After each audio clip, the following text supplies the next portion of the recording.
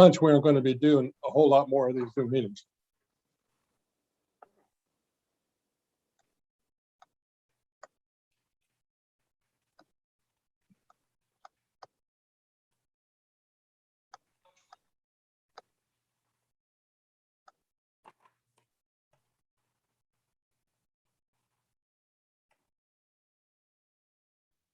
Bear with me.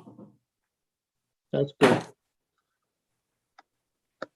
We're going to start slow. We'll speed up as we go.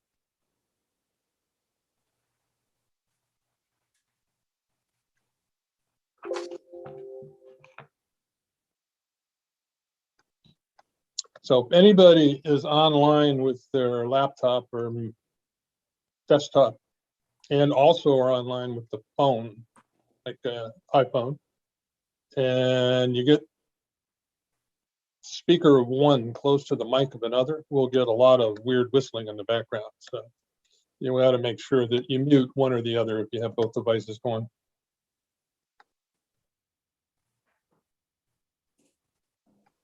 All right, I apologize. I'm ready to start. Ready to go? Yep, ready. Good evening and welcome to the May 20th, 2021 meeting of the Zoning Board of Appeals. For all present, let's spend a few minutes reviewing how this meeting will be conducted this evening. For the first 2 hours prior to 9:30 p.m., we shall hold a public hearing on the applications that you received a notice on and that were listed in the Norwalk hour for the hearing. After the application is announced by the chair and read by the secretary, the applicant will come forward, state their name for the record, and then present the appeal or relief being sought. Please present those zoning issues that are relevant to the practical difficulties or hardship requiring this application. After you or your representative has spoken, those in favor will have the chance to be heard. After that segment, those against the application will have the opportunity to state their opposition for the record. In the case of an appeal, the zoning staff will have an opportunity to present their findings. Finally, after those against the application have spoken, the applicant and only the applicant will have the opportunity to rebut and respond to the issues raised. The hearing is then closed and the next application called. New applications will not normally be heard after 9:30 p.m. as the board must discuss and act upon these applications. Please note that no further public input is accepted at that time. You're welcome to stay for the whole meeting. If you choose to exit the meeting, you can contact the zoning office tomorrow to learn about the decision. Before we proceed tonight, I must remind you that this hearing is recorded and will become a matter of public record. Please speak clearly into the microphone. And additionally, all information, including photographs and maps, which will be shared virtually, become part of the public record. We ask that you turn your cell phones off if that applies. And the first case. Don't do it if you're using. Let's not do it. The first case to be heard tonight will be, you're on. All right, here we go. It will be 21-0520-01 Kevin Barlett, variance front of yard setback for detached accessory structure from 80 feet to the required, from the 70 feet required to 41.2 proposed.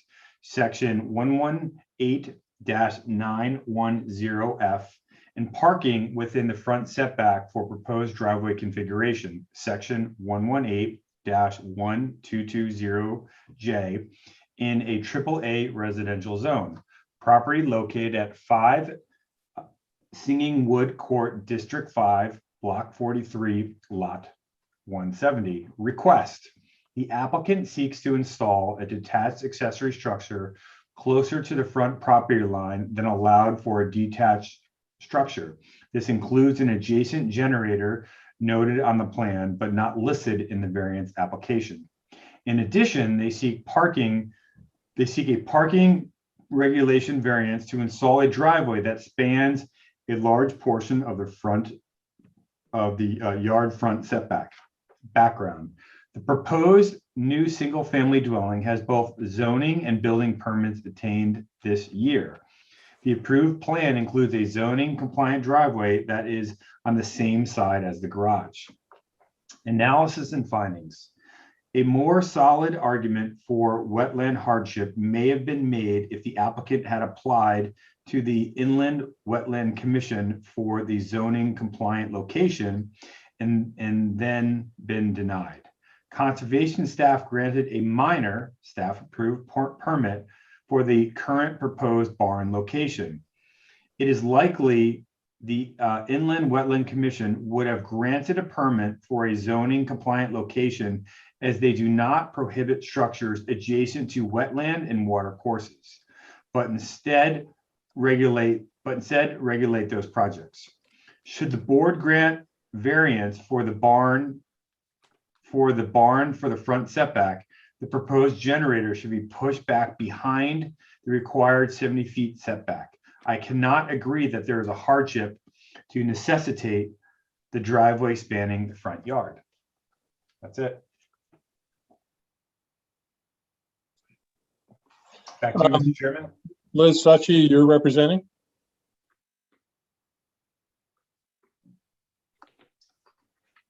Tammy, Chairman, members of the commission, Raymond Rizzio for the record representing the applicant.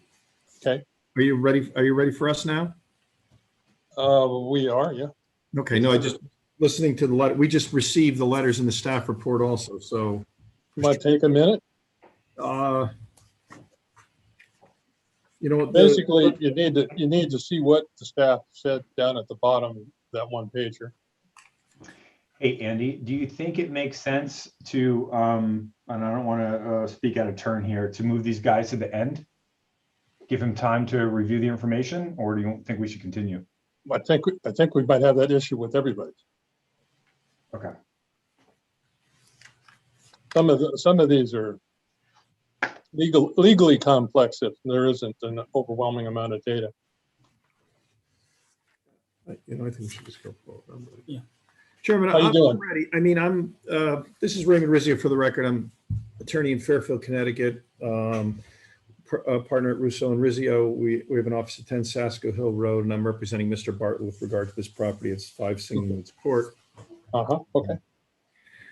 As you know, we're seeking 2 variances, and I've been doing this, sat on zoning boards, have practiced for about over 30 years in zoning, and as zoning board of appeals, you're looking for hardship and classic cases of hardship, which usually are few and far between. But I'm surprised at staff's comments, because in my mind, I thought this was something that was a clear classic case of hardship. And I think if I take you through our presentation, you'll see that this is not a big ask. It's something that's consistent with proving there's a hardship based on topographical conditions outside of the applicant's control, the unique shape of the property, its current location as relates to easements that have been there pre-existing, wetlands, and not an easement, but an access way to a school, which all drives this, what I would consider modest development. Mr. Bartlett and his wife were born and raised in Norwalk, are building this house so they can continue to retire in Norwalk, and it built what we consider a pretty modest home based on the size of the lot. The lot is about 2.8 acres, but only about 25, a little less than 25% of the lot is actually usable when you take into account wetlands, regulated area, easements. So if we can pull up start with our site plan. I have Chris Russo, who's on with me. If I can have him handle the screen, we'll start with initially with our site plan and give you a feel for what you're looking at here and and we're proposing. Do you have the first site plan, which shows topography and everything? Okay. So if you look at this site plan, and if you back it all the way up, Chris, you can see, commissioners, you can see this is an extremely large lot. What's interesting about it, and this is one of the reasons this structure is accessory. So first of all, in the rear of the property, we can see where, Chris, if you have the arrows, you can show where the wetlands regulated area is, and then show where the regulated area shows all the way up in front. We don't really have the ability to push back our barn without coming through wetlands. Clearly, our preference would have been to attach the barn to the home. what you have running directly through the middle of the property is a 15-foot drainage easement, which takes all the water off Singing Wood Court when it was developed and drops the water out into the wetlands, and that's where it's dispersed. On top of that, coming from Silver Mine School, you have a 20-foot easement that in effect bisects the 15-foot easement and cuts off the development to the rear of the property. So Silver Mine School, as you can see, is directly to the north of the property. And if you look all the way to the up in the corner, Chris, if you can go and show them where the access way is, there's a path and an access way that basically takes you right there. If you can see our hands, that basically children, kids in the neighborhood, mothers with strollers are using that path every single day to access the school. So it's a condition we didn't appreciate when we bought the lot, but as my client's working there and he's there every day, he sees the amount of foot traffic that comes up Singing Woods Court, comes right into the back, through the back of the school, and then out by where the tennis courts are, which are basically visible from the corner of his property. Didn't realize that was a lot, which will come into play as we talk about the driveway. But first, let's talk about the accessory structure. So your regulations say that the accessory structures should be 70 feet, at least 70 feet off the road. And the intention of that is to show that it doesn't dominate, in effect, the main structure. In this instance, because although we are 40 feet from the road, but because the way the street swings, the accessory structure is still over 20 feet behind the front door of before the front elevation of the home.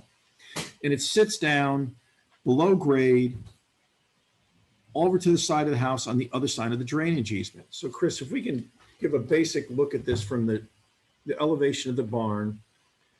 So what happened, Mr. Bartlett's a builder. He is a work craftsman and does a lot of his own workmanship. So he likes to have a workshop, and his wife is an artist. So she has an artist studio there.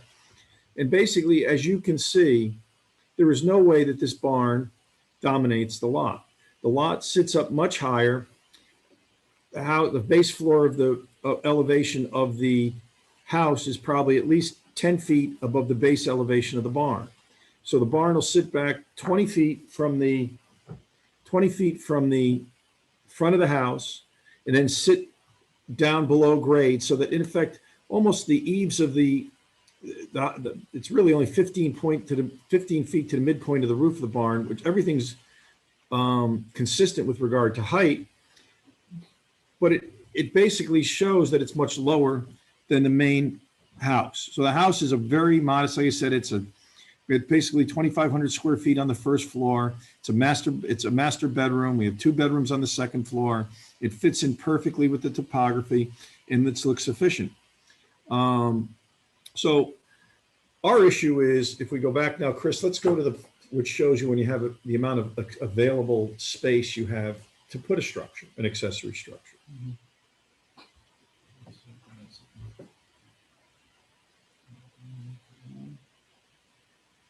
And I could say, we're not building, a 10,000 square foot house or a house that's a McMansion. It's a house that fits in perfectly with the topography. So if you look at the green area is all of the area on the lot that is not within the regulated area for wetlands or within the setbacks from the front or the sides. So if we push our barn back 70 feet, we can never attach it because we're stuck due to this drainage easement, which we did not create, which has been there for years. And we push into the regulated area. The grassed area, the pond back there is gorgeous. What we would like to do is keep that pristine and not impinge upon that at all. Chris, I think you have some pictures also that shows what the rear of the property looks like.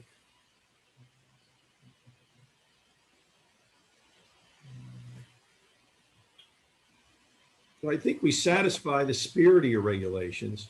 Nobody more than Mr. or Mrs. Bartlett would love to be able to attach this to the home, but for this drainage easement that goes through the middle of the property. And then, as I said, so that's where by the way, that's the past. If you've been out to the site, That's the path that leads you down to the school, which is basically almost on the corner of our property, running from an angle off the cul-de-sac. Which really comes into play with our driveway hardship. Let's go, Chris, keep going. So that's corner of the property. There's the access way. Why don't you go to picture? All right, so as you can see, that in the rear there is that lawn area, which is a very nice lawn area that basically leads, there's a brook and a pond in the rear. Do you have a picture of the brook and the pond? So you have this beautiful pond in the rear, which is fed, I assume, mostly through the drainage easements, from both of the drainage easements, and is a very valuable natural resource. So, but for these drainage easements, but for this topography, which I believe is an enhancement, because as I said, our barn will sit about, base elevation sit about 6 to 8 feet below grade, I would believe, from the street, that it's the strict enforcement of these regulations is what would cause us a hardship, because we certainly meet the spirit of your regulations. If you look at those elevations that we showed you, there is no way that you would think that this barn is a dominant structure on the property. It is clearly subservient to the main house. It's not as high. It looks quite smaller. It's about 900 square feet. You can't screen share that? Sorry, we're going to go back to those elevations. And that's the street view. As you can see, the road, the street goes down the hill out of the cul-de-sac. So we will have basically a walkout basement that'll be able to lead out to where the barn is, but you have to walk across the 15-foot drainage easement that causes the separation between the two buildings. Chris, can you move this over a little bit? So we're at 95 feet there. Yeah. And then the house is at what, 100. 100? Yeah. So it sits at least 5 feet below. There you go. Clearly, this is not something that you would ever distinguish as looking like there's two homes on a property, or that you have this massive garage. We have a 2-car garage. We have a very nice first floor master bedroom with 2 floors above it. And we've built this, 1 floor with 2 bedrooms above the first floor. And it sits and basically hugs the topography. So this is not a self-imposed hardship. An accessory structure of this size we're certainly permitted to use. And but for the drainage easements, the regulated area, the wetlands, the slope of the property, the topography and the shape of the lot, the way the lot basically swings in off the cul-de-sac toward where we propose the barn, are all the reasons outside of our control that we would like, that we believe there's a hardship that would warrant granting. Second test in hardship, is there going to be any negative effects on the health, safety, or welfare of any residents or any values? Mr. Bartlett's house is clearly a beautiful home. He's a very well-known builder throughout Fairfield County. The barn will be of such a care that it's going to only enhance the value of the neighborhood. This lot has been a lot that has not been kept up for years. The barn is merely as a hobby. It's not a place of business. And it's going to look like a very nice accessory structure that fits in perfectly with the property. I don't see, from where the neighbor sits directly to our, let's call it to the west, to the south, the neighbor directly to the south, I apologize. His property sits probably about where our base is 95 feet. I think where his house sits upon an elevation that's about 100 to 110 feet. And it's a very much buffered, very strongly buffered area. We're not close to the side setback. First floor is 91. The street is 95. Yeah, our first floor is at 91 feet and the neighbors sits at about 110. So it's not have negative impact on the value of any neighboring property. And we think this development in whole will enhance the values of the property in the neighborhood. that's basically my presentation for the barn. If there's questions we have about the barn, I can move into the driveway, but I don't know if you want to handle them separately if the commission feels more comfortable. I think I would like to hear the questions about the barn now, Thank you, Chairman. if there are questions. The only thing that ran through my mind is it does appear that we're trying to maximize the size of the accessory structure. And I wonder if Bartlett had thought perhaps doing just the opposite. It's actually, the accessory structure is about a third to a quarter the size of the main residence. The accessory structure is really, a typical garage is 24 to 30 feet wide, depending on if it's 2 or 3 car garage. This building is 26 feet wide and it's about 38 feet deep. And when you take it into the context that it sits on almost 3 acres of land, our floor area ratio is probably one of the smallest you'll ever see in Norwalk with regard to the amount of building and building coverage on this type of lot. It's for an art studio / workshop. It's not something that you would consider very big. It's not much bigger than a 2-car garage. Well, what I wondered looking at it is if it were skinnier and it were oriented with the skinny side toward the street, if that wouldn't have bought us 10, 20 feet. The narrower side, in other words, the narrower, the depth. So the depth, which we'll consider, which runs from east to west, is the larger dimension. The area that runs along parallel to the street is about 26 feet. Yeah. So that is the narrow, which is the size of a basic garage. Now, you didn't quite understand me. What I was saying, if I was trying to minimize it, but still wanted to get the functionality that you described, I could envision a narrower building allowing a deeper setback. So you'd rather, and what you're saying is you'd rather see the building swung the other way, where we get as far away from the street as you can, be able to keep your size and swing it to the side. Yeah, and I might fiddle with the length if I narrowed the width, tried to make sure I kept the applications inside. But I just don't know why you didn't take that approach. On top of that, is this building something that somebody could live in? No,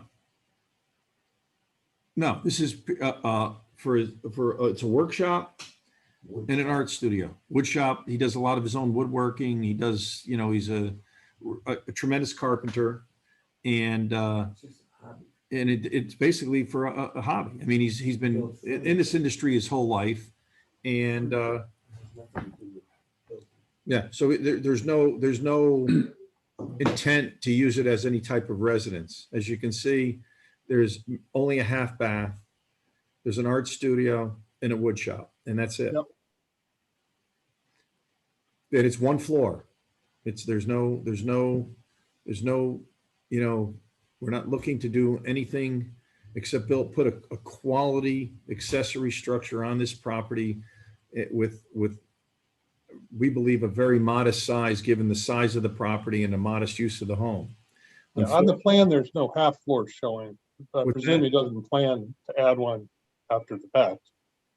We would accept that as a condition of approval. Okay. We have no problem. We're putting all our cards out there. My client's very reputable builder, where we're just giving you what we think is the best product that fits in best with the property, given the constraints that we've inherited, which relate to wetlands and easements that can't be moved. Let me ask the board members if any others have questions about the accessory structure. I do have a question, which is obviously construction of some sort has begun and has now stopped. How did that occur? No, the construction is relates to the main home. So Okay. we have a valid building permit, zoning compliant building permit with regard to the main house. Got it. So that is ongoing, and it's a decision to add the bond workshop that has led to being before ZBA. Correct. We have not done any work with regard to that. I mean, the lot's been cleared, but there's no jumping of the gun. There's no taking for granted that this was something that would be approved. It's basically the lot had to be prepared. It was a lot that needed a lot of, tender loving care to get it in the condition that it is. And, we feel like been tremendous improvement to it. So there's been no activity taken at all with regard to anything that would be non-compliant. We wouldn't start the barn until we receive approval by the ZBA. But the spirit of this regulation is you don't want to have these very large, accessory structures dominate the home.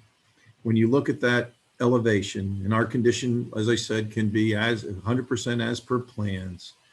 This is as accessory a structure as it could be. What happens is the swing of the road. Let's go back to the site plan, Chris. The swing of the road, as you can see, the road swings in with regard to the cul-de-sac. The accessory structure still sits at least 20 feet off the front elevation and sits downgrade about 9 feet from the elevation of the first floor of the house and about 5 feet off the from the elevation of the street. So when you go back, let's go back to our visual look. The elevation. Sorry about this. You clearly see you clearly see a structure that is accessory to a main home and does not in any way come close to dominating the main structure. Like I said, when you look at this lot, let's, Chris, they've seen the elevation. Let's go back to the usable area of the lots. Sorry to jump around, folks. It's just, normally I'd be flipping pages back and forth. Eventually we'll get off Zoom, and me being technologically challenged, I've got to have my partner here, Russo. Ray, if I could ask you, I don't mean to cut you off, but if I could ask you a quick question. Sure. Why, if Tammy could respond as well, why wouldn't this be considered a self-created hardship? I'm just curious. I mean, it's a barn for hobbies. What would propel it into, I mean, you're obviously building the lot. I went by it today, but why wouldn't it be considered a self-created hardship, in your opinion? Well, when you look at a variance, you look at a number of things. Is it something that's consistent with the master plan? This is a residential use, an accessory use that's permitted in this zone, so it's something that's compliant. Anytime you want to build something, technically you self-create it, because the idea would be you could leave it blank. What we're saying, when you look at and decide whether something warrants a variance, the decision is, through the strict enforcement of these regulations, causing a hardship on the applicant, which is unusual to their circumstances, or the circumstances are unusual and create a hardship by the strict enforcement of the regulations. In this instance, we believe that accessory structure is permitted. Everything about this accessory structure is consistent with your regulations, but for the location, and the location has been driven by conditions that are outside of our control, meaning regulated area for wetlands, drainage easement that has been there forever, and a 20-foot drainage easement to the rear. So all of these situations leave us with a position that this strict enforcement of these regulations would put us in a regulated area, put us in a situation where it really wouldn't be considered, you'd have as accessible to the home as we would like the accessory structure to be. And then when you weigh the second part of the decision as to whether this application should be granted, is there any negative effect on the master? Is it inconsistent with the master plan? And does it cause any detrimental effect on the health, safety, and welfare of the residents or values of neighboring properties? I think the answer to all those questions are clearly there's no negative impact here. But for these external conditions, which are beyond my client's control, this is why we're before you. So do you understand? I mean, Well, I'd like Tammy to follow up on that. First, would she consider it a self-created hardship? And two, is accessory structure permitted in that area? What would Tammy respond to that? So In the Chris, AAA zone? so the required setback is 70 feet. If they push the structure back behind the 70 feet, they would be required to go in front of the Inland Wetland Agency to apply for a wetlands permit. Applying for a permit doesn't mean it'll be granted, but it doesn't mean it would be refused either. That was the point I was trying to make. Right now, as it stands, it's not a true hardship, because if the Inland Wetlands application had been made and the Inland Wetlands Agency had said, no, we're not going to approve this, then they could come back and say, well, we have a wetlands hardship now. Yeah. Does that make sense? Or? Well, Yes. well, Perfect. Tammy, I think one of the other issues is the size of it. So you It's can choose to make compliant. it- You can choose to make it bigger, or you can choose to make it smaller. In terms of location, they are a bit stuck. You're suggesting they could have pushed it back further and created more of distance between that and the street. I think that's kind of a minimalist fix. But some of the other fixes would be change the shape of the building, change the size of the building. One of the things that you mentioned was a generator. I'd like to hear about the generator and its being possibly moved to the accessory structure. Andy, just before we move to that, to the point that was being made, the green area is the area within which you can build and be compliant. Is that correct? right. How much would you need to reduce the size of the barn? As I'm sitting looking at it, the left to right side of the barn, going from the street backwards. Bar would have to go back about 30 feet. To get to the 70 feet, we would need to push the building back 30 feet. Which Would be 10 or 15 feet for the. Oh, I see. We need to see this It- one.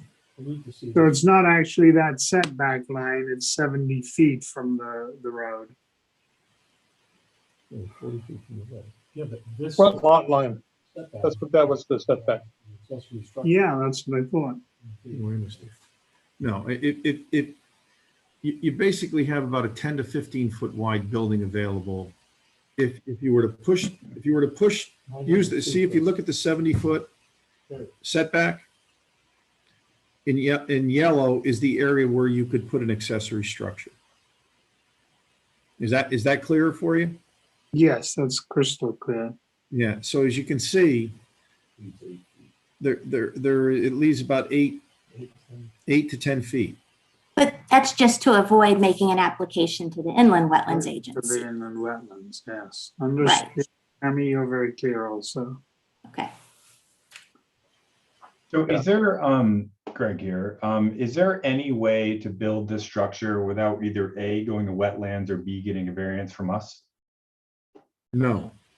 Okay, so, all right, thank you for that. So the first question I had was around, just the hardship overall.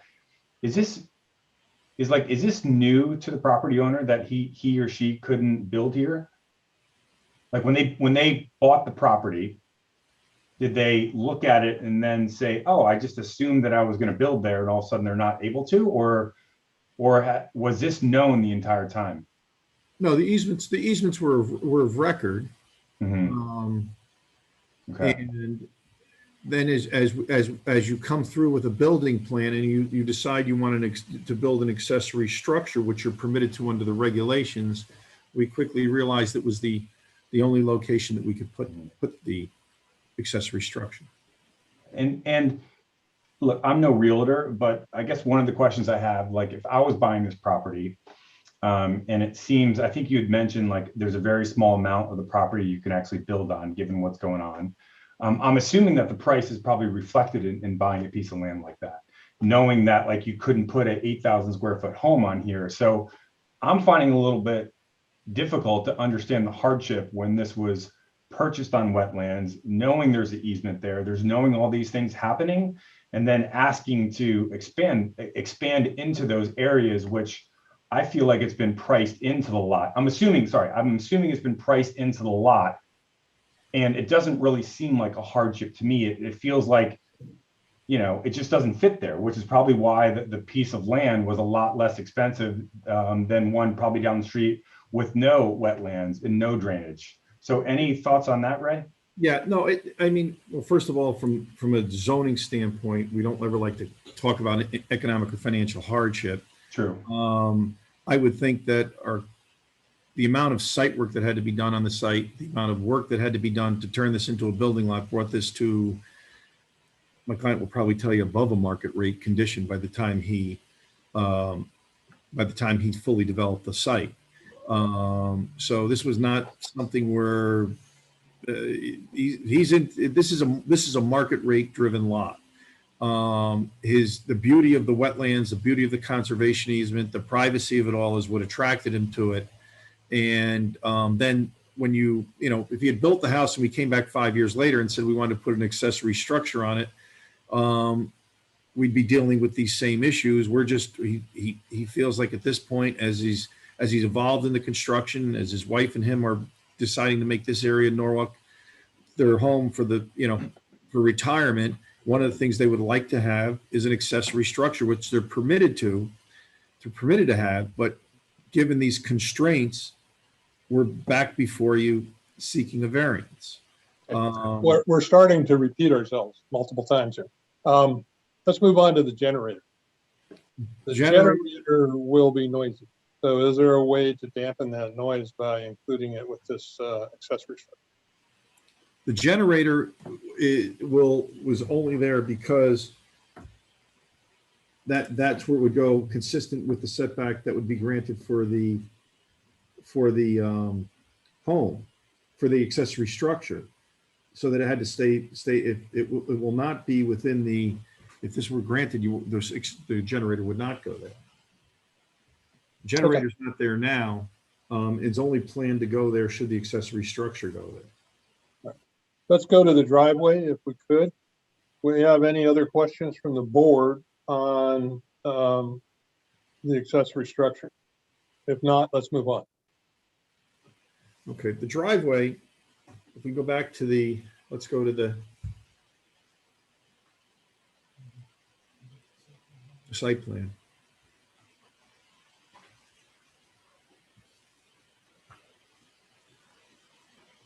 All right, if you go to the site plan, Chris, let's first show what would be a compliant driveway. So a compliant driveway requires a direct, basically backing out into the cul-de-sac.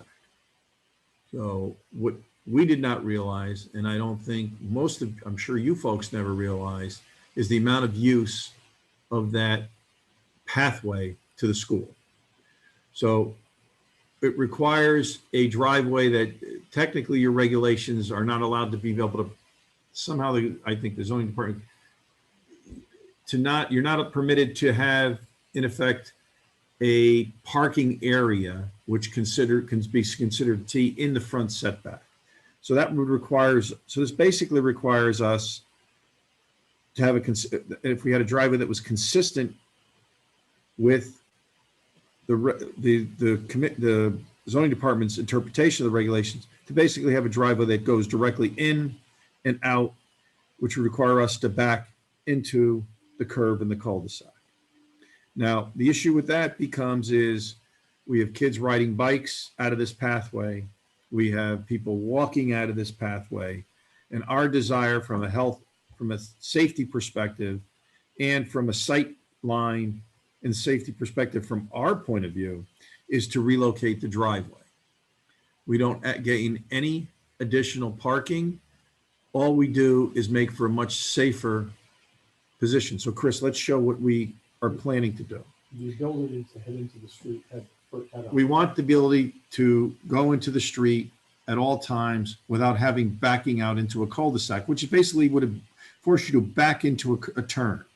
So what we would like to be able to do is build, as you can see, a turnaround. So you'd be able to back up, make a turn, go along the driveway and come out at the head of the cul-de-sac instead of in the middle of the cul-de-sac. It would bring you at least 50 to 75 feet away from where the kids and the parents access this pathway. like coming straight out. So if we I came, have a question. Sorry, we're backing into traffic, we're backing into foot traffic, we're backing into possible bicycle traffic. If we take this, get this approved, we have the ability to pull a car out, come into the turnaround area, and then drive out from the front, being able to have full vision on both to the north and to the south. And that's and what we've done is laid out the turning elements and showing you how a car would operate. We think this is a much better, a much safer condition. And when you talk about inheriting a condition, no one ever knew or understood the amount of foot traffic that goes up and down and through that path. We can I believe, just ask a question about that? It's, I have no desire to get involved with parents or the school or anything else, but it didn't look from that first picture as if that were necessarily an approved entrance to the school. It looked more as if somebody had taken the fence down. no, the gate, there's a gate there. There is a gate, okay, And it's on the town's property. We have no control over that. okay. And that's how but let's show some pictures. You can see how very close it is to the school and to the tennis courts. When people in the neighborhood want to go to the school and use the tennis courts, they cut through the back of this property. And this clearly, so this is the school's property, if you can see that. Yeah, That's where the gate is, and it leads you right back into where the tennis courts are and all the activities are. So Got it. anybody that doesn't want to have to drive all the way around, or any kids that don't want to drive one around, take their bikes. Parents walk with their kids with strollers. There's a lot of traffic that goes on that cul-de-sac. sure, We don't believe yeah, that there is any negative impact allowing us to design a driveway that will allow us to pull out, front of the car forward, giving us adequate sight lines, basically up and down Singing Woods Court. So the driveway, as is approved through the building permit process and consistent with the zoning department's interpretation of the regulations, puts us in the center of the cul-de-sac, having to back out into the middle of that cul-de-sac. So we'll go, let's see a photo. So see the gate there? all right, That's the town's gate. okay, And the driveway will be right just to the left of that big tree that you see in the middle. yeah, And if we can't, we would like to be able to basically turn around to where that tree is and then come out along the front and enter into at the head of the cul-de-sac versus backing out into the middle of the cul-de-sac. so the driveway is initially planned before you knew about the foot traffic would have, Our client never envisioned Compliant. the amount of traffic, foot traffic that would be using that path. but the driveway as originally planned is compliant with all regulations. It is compliant, yes. Yeah, got it. I understand. Thank you. Here it is. So you'll see, basically, that comes out right into the middle of the cul-de-sac. Yeah, And directly to the left is where everybody enters right there. As you can see, they almost come right off what would be almost the corner of our driveway. And that's all, when we say this is not something that people illegally, this is all, there's all wood chips down throughout the whole, there's a whole path that takes you directly right back to the school. So it's not something where we've got a bunch of kids that jump the fence and we're here telling you, there's the tennis Okay. court right there. So you can see it's a great shortcut. Ray, quick question. It could have easily been designed, right, where the garage was on the opposite end of the house. The problem with that is the grades. The grades are, so let's go back to the house. Go back to the elevations of the home. Because of, if you remember, the limited building area, the only place to come into the lot on grade is where we talked about. So if you tried to put the garage to, we're on the right side of the home, but if you try to put it on the left side of the elevation, there's as you can see, there's a big difference in grade. So it still could have been done. It just would have cost more money, correct? No, it would not have. I don't know that we could have got the engineer, I think you can have no more than a 10 or 12, 10, was it 8 to 10% grade change? And I think it exceeded that for the driveway. So your driveways are, your grades of your driveways can only be a certain steepness. right. We could not have met that further down. We believe this way, we back out, our car drives the grade. What's amazing is if you look in town and think about the number of circular driveways that go in front of a property. This is no different, except what we're doing is we don't have a complete circle. We just want to be able to tee out to avoid the kids, drive in front of the home and out onto Singing Woods Court at the head of the cul-de-sac. Does that make sense? We've been clamping down on circular driveways, so you probably don't want to go there. Well, all I'm saying is that we're not, this is something that I would think would be out of character. We're not looking to build a circular driveway.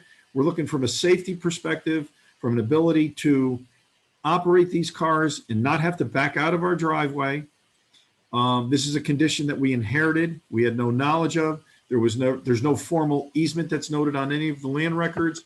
There's probably nothing even showing up in the town hall in any municipal reports that this is an access way to the school. Yeah. This is The something. driveway that you show in the plan Yes. is longish. It doesn't come out to the circle, and let's say that you back out of the garage, All right, let's go back. and then you stick the back end of the car into what some people call a Y, and then you go forward from there and exit. You may not want to come out directly at that point into the circle, so you would shift it over a bit, but this shifts a whole lot more than a bit. It's quite a long drive. You can't make the turns. The turn would almost have to be a 90-degree turn to be able to go into the turnaround. In fact, we had a traffic analyst look at it, and you couldn't even get a pickup truck, which our client drives, to make that turn and go out the existing driveway. It would be like a 90-degree turn, because versus being able to come out forward. You have to literally would leave the paved area if you had a pickup truck to be able to come out through. Let's go through the approved driveway. Come through the. So It's number 8, by a strict reading, number 11, number 11. if you look at this, that you can't make that turn. Those are the turning radiuses of a standard decent size SUV. And you can't keep that on what would be the approved limitations of, unless you got a Prius. Or smaller. Turn the car around so that you come out head first. We want to be able to come out head first. We think essential and important with regard to the operation of this driveway. Yeah, I wasn't suggesting you couldn't come out at first. I just said that the length of driveway you're showing in your proposed plan is quite long. You could shorten it and turn left and pull into the circle. Anyway, I don't want to debate that. I mean, if we, you got to remember, the house sits up closer to the street, so it's right within the setback. I mean, the length of this driveway for a 2.8 acre lot is just, what we're asking for is necessitated by safety. I don't think it's particularly long in the amount of square footage of driveway that you have in this zone. It just happens to be because we sit on a cul-de-sac, we're next to a public access way to a school, that we have limited ability to move the house back to give us more of a turning radius, because once again, we back up to a regulated area. We have easements out the rear and on the side. Would you do me a favor and pop up the proposed driveway? Sure. Yes. The 8x10, what that shows is that the 8x10 hammerhead required by planning and zoning that doesn't accommodate it. Right, won't work. Yeah, what zoning permits is an 8x10 hammerhead, and it just doesn't accommodate a 18 to 20 foot vehicle. Okay, unless I'm misinterpreting this, you have the driveway coming, or where you're showing the traffic coming. I don't actually know where the pavement is. And it then swings along in front of the house and eventually goes down to where the cul-de-sac begins. Correct. And then you come out onto the roadway. I don't know why that can't be a shorter distance. Because to make the turn, you need to be able to, once you turn the car back. So say, Chris, let's take the direction. Back, show with a hand, back the car out of the garage into the turning area. You can't make a right turn, navigate a right-hand turn into the cul-de-sac. No, I understand. I'm just saying you don't need the length that you're showing. You could go half that distance and then pull into the circle. No, because you have to swing out to be able to enter into the driveway. I'm not seeing it. You need room with which for the car to think about now coming in. You come in, Yeah, I got it. swing in, negotiate, and then make a turn into the garage. You need the ability to swing the car to get back into the garage. Yeah. But what I was thinking is if you cut that in half and then took it straight to the street, directly, straight is the wrong word, directly to the street at an angle, it would then cut down, quote, the total parking space of pavement that's sitting in front of the house, which is what we're trying to minimize. You have, when you look at those, you see the dots there? You got some Point very them mature out. trees there. You've got a telephone pole there. This really is the optimal way and safest way to negotiate in and out of the property. Okay. And- What are the dots? And in this instance, I don't see any negative impact. We're only we're improving the safety and negotiations Yeah. What are the dots? of the turning on the property. What's that? Ray, could you tell me what the dots are? Here, why don't we go to the pictures, Chris? I think you can see the telephone pole. Those two are mature trees, and there's a telephone pole right there. That's another tree. Those are three mature trees. The telephone pole is there. So telephone pole, keep going, Chris. Go up, mature tree, mature tree, mature tree. And that was the other tree we looked at near the pathway. If the house could have been further back in the lot, the problem is that our entire driveway happens within the setback. That's the issue. That's, as we're talking, because of the limitations of where the house has to be, because as you can see, we have that drainage easement out the back. Because of the regulated area, we have to negotiate are turns to get access to the street within the setback. If those two easements were not there and the house could sit back 100 feet, we'd have plenty of room to put our hammerhead and our turns outside the setback. We don't have any ability to do that because of these conditions that force the house to the front of the property. And all being said, in this instance, I can't see anything but a positive out of granting this variance. It doesn't affect the view of the house, doesn't affect the master plan. It allows for a much safer way to negotiate entry and exit onto Singing Woods. And keeps basically. I gotta move us along a little bit because we are, do have a time limit. For the entire meeting. Do the board members have questions that they'd like to ask about the driveway? I have one. This is Greg here.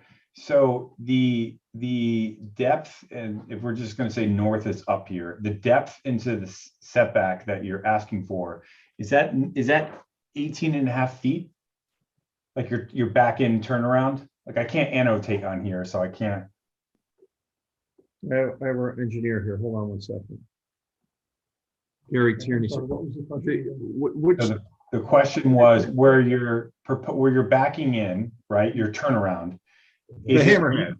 Yes, sorry, I don't know the right term. So the hammerhead, is that a 18.5 feet hammerhead, like into the setback? It's the depth of the hammerhead is 18 and a half feet. Yeah, I think if you go to the, we have all the, hang on, we have all the dimensions, there you go. Whoop, you just Here we started go. it. Okay. Does that help? Yeah, it's 18. Sorry about that. Yeah, okay. The only reason why I asked that is because like, that seems like a lot, right? If the average car is 18 feet, the average truck is, 17, I'm sorry, the average car is around 15 feet, truck is around 18 feet or so. I mean, I think one of the things that it's a little bit concerning to me is that seems like a place to park cars. And I think that's kind of what we're trying to stay away from as well. So does it really need to be that deep? Yeah, well. Gary, this is Gary. Gary, why don't you come on? I'm sorry. Hi, good evening. Gary Tierney, the architect. The turning radiuses that we used here are a 19-foot vehicle, which is considered to be, as Ray said, a pickup truck or a large SUV or average SUV. And they're based upon the American Association of Traffic Designers. Typically they require a hammerhead that is, anywhere between 15 and 18 feet towards the property line and a width of anywhere from 10 to 12 or 13 or 14, 15 feet. So what we've done here is simply overlaid the standard template that we use to be able to get in and get out. Our primary concern, which, I can't emphasize enough, having had a child run into the back of my car as I was backing out of the driveway, is the ability to be able to back out of the driveway, get into a hammerhead that reasonably accommodates the car and allow you to go head first out into the street, so that by the time you get to the property line, before you enter the street, you're looking forward and you can see what's happening. And that's what all of the different situations are. The 8x10, I would respectfully suggest that the 8x10 hammerhead that zoning requires would have trouble even accommodating a large car. And it certainly would not accommodate these particular templates. So that you're literally forced into backing into the street. And the worst possible scenario is to back straight into the street as a kid on a mountain bike comes blasting out of that pathway. And there's one of the photos that I had taken showed all sorts of bicycle tracks and whatnot coming out of there. So all we're trying to do is get the car turned around 180 degrees so that they can see their way onto the street, and also necessarily remove that point another 40 or 50 feet from the entrance to the school. Thank you. That's all my questions. Pardon? That's all for me. Thank you. Yeah, could you put the pavement depiction back up? The driveway. You mean this would be the proposed driveway. Yeah. Yeah, that one. That's it. All right.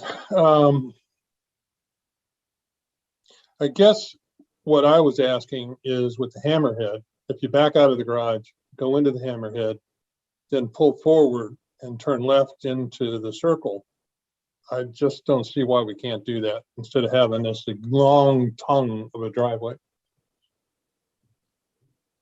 They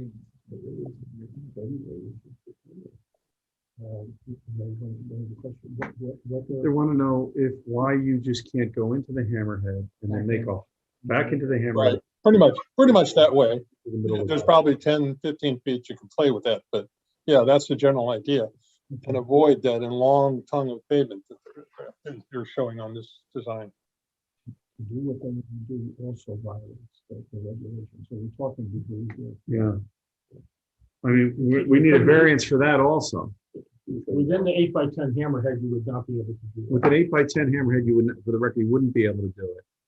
And then you still have that hammerhead in your setback, which we need.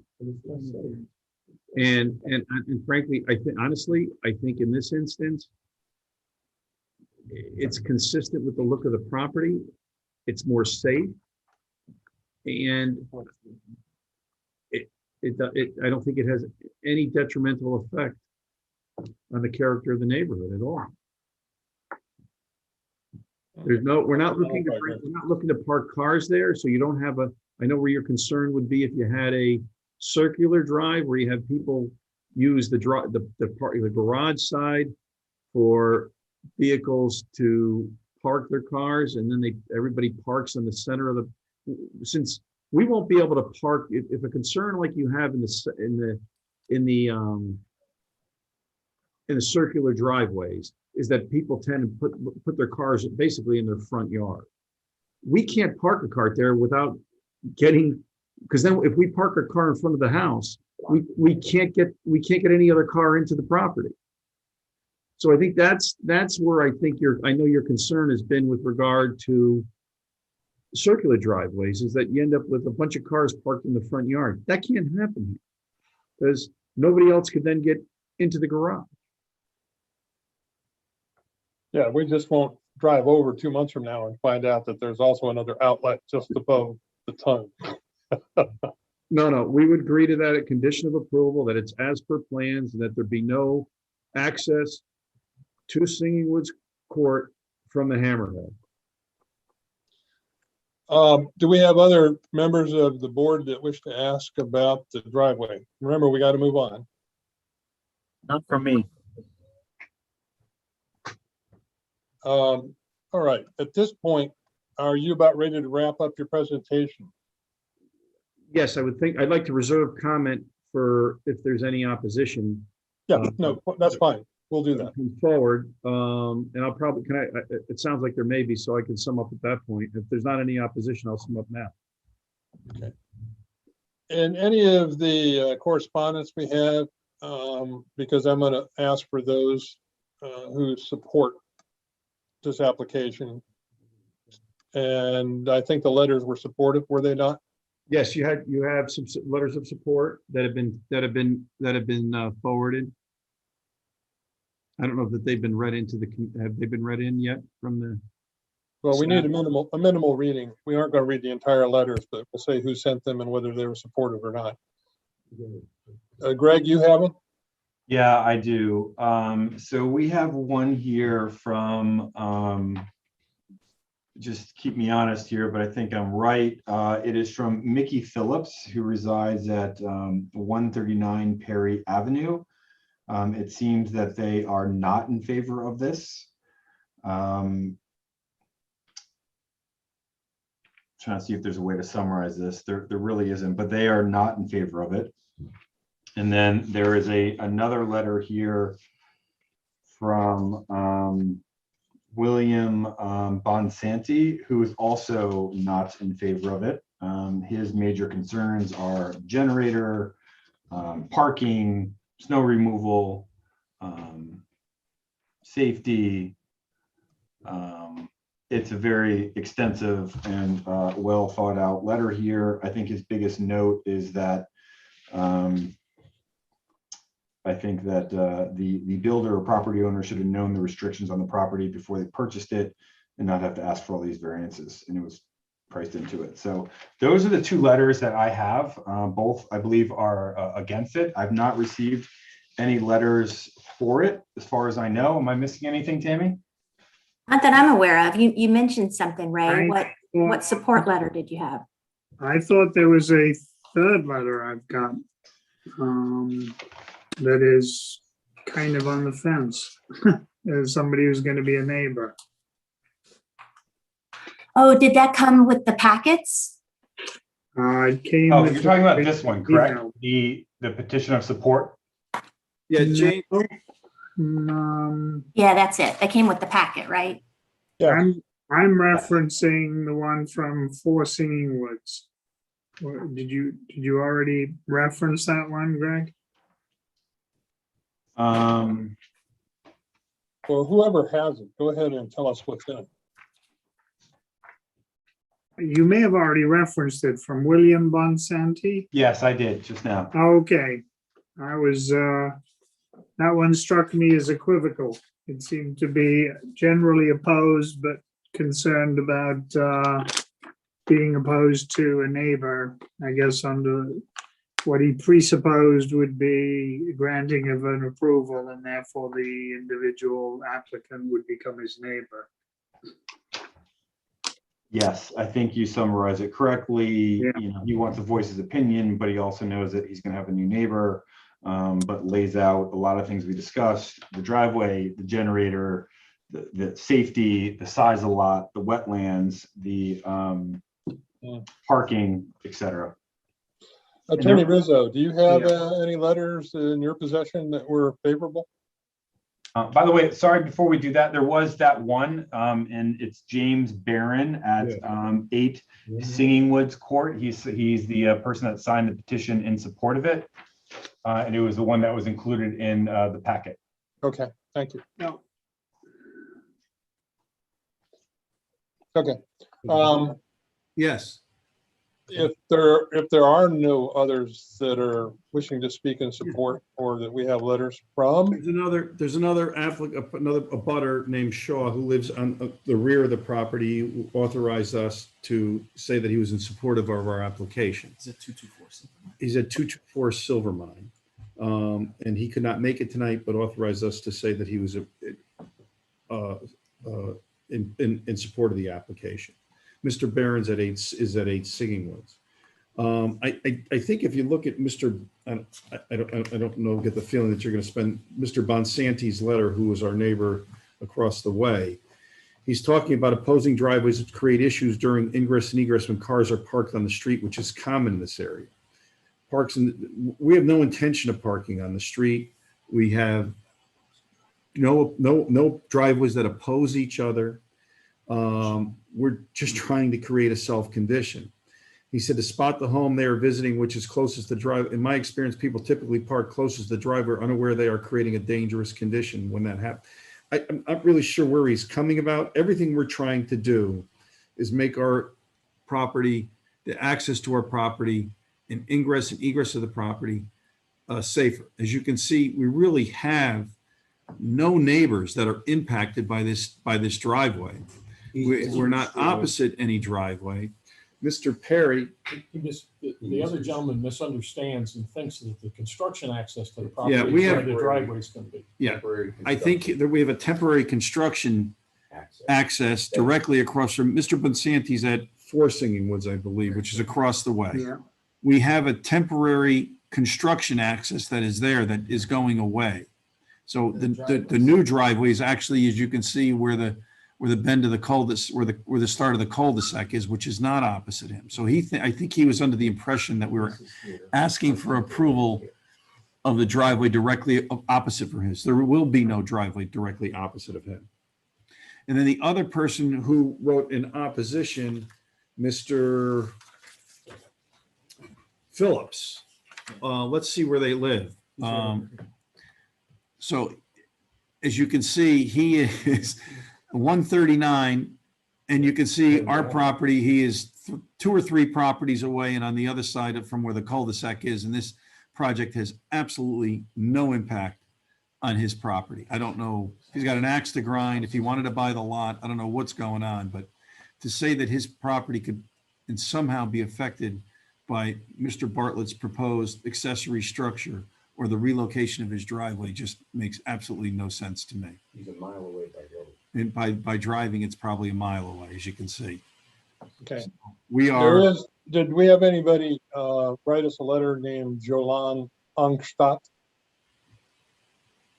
We have 3 people on from the public. If we can give them a chance to raise their hand, there is Bill Bonasanti that we just spoke about. He is on and raising his hand to speak, but there's also 2 others. So Well, let's let those who are in support speak, and if you know who they are, let's have them on. And absent that, then let's start going with the other folks that have objections. all right. So if you're in support, raise your hand. If you're not in support, I guess lower your hand. Don't see any in support. Those that object for one reason or another, let's just hear what they have to say. All right. This is Bill Bonasanti. And if he just unmutes himself, he should be able to talk. Can you hear me now? Yes. Yes? Yeah, we can hear you. Yes. That was a close pronunciation. One of the board members got it right. Bonsanti, yes. I have in my possession, as I stated, 2 maps. I guess there's been another revision to the Bartlett's plan since the most current one, which shows the exit in between the service entrance and the town approved plan. So that plan that I received from zoning that I presume the Bartlett's submitted showed a driveway that was nearly opposite mine. So I see that from the new drawings that's been changed. So that addresses one of the concerns, which is the safety of pulling in and out. So I'm glad to see that that's been changed. I think that makes sense. It would have been a disaster otherwise. I guess we'll go one by one. On the driveway side, the other concern is the aesthetics of parking within the setback, which is exactly why you all have that recommendation. Those pedestrians that are accessing that footpath are the same pedestrians that pass my house. They make it seem like the entrance to that path is at the corner of the driveway, but I measured it with a ruler and it's about 40 feet. And it's a clear sight path from both sides. This is Singing Woods Court. This isn't Perry Avenue. There's no 7-year-old children, wandering into the dark woods. The concern, as you guys have, is creating paved spaces where you don't really want them. And there's really no need for it. Just as one of the board members said, you could back into that hammerhead and then pull straight back out. If the variance needs to be changed a little bit to enlarge that hammerhead, maybe that's something that can be considered. But then again, you have the issue of cars parking in that area. But I think in light of the negatives of making this big, long, meandering driveway, I think that probably makes the most sense. And probably most of the time, the owners will back out, as most people do in their driveways, or turn around or back into their property. Either way, I think that's the most reasonable, considering the guidance of not creating driveways in the front setback. The hardships of the lot, it's really difficult for me to believe that any of that wasn't factored in. The pedestrian easement was clearly demarked on all the foil share documentation. I am not a builder. I saw it when they showed me the paperwork because it was included with my home. It's not reasonable to think that it wouldn't have been considered. There was a lot of talk about the grade, and I think it's important to note that the grade has been artificially increased. So pre-existing grade on the barn is 5 feet higher than, I mean, the existing grade now is 5 feet higher, or will be 5 feet higher than the pre-existing grade.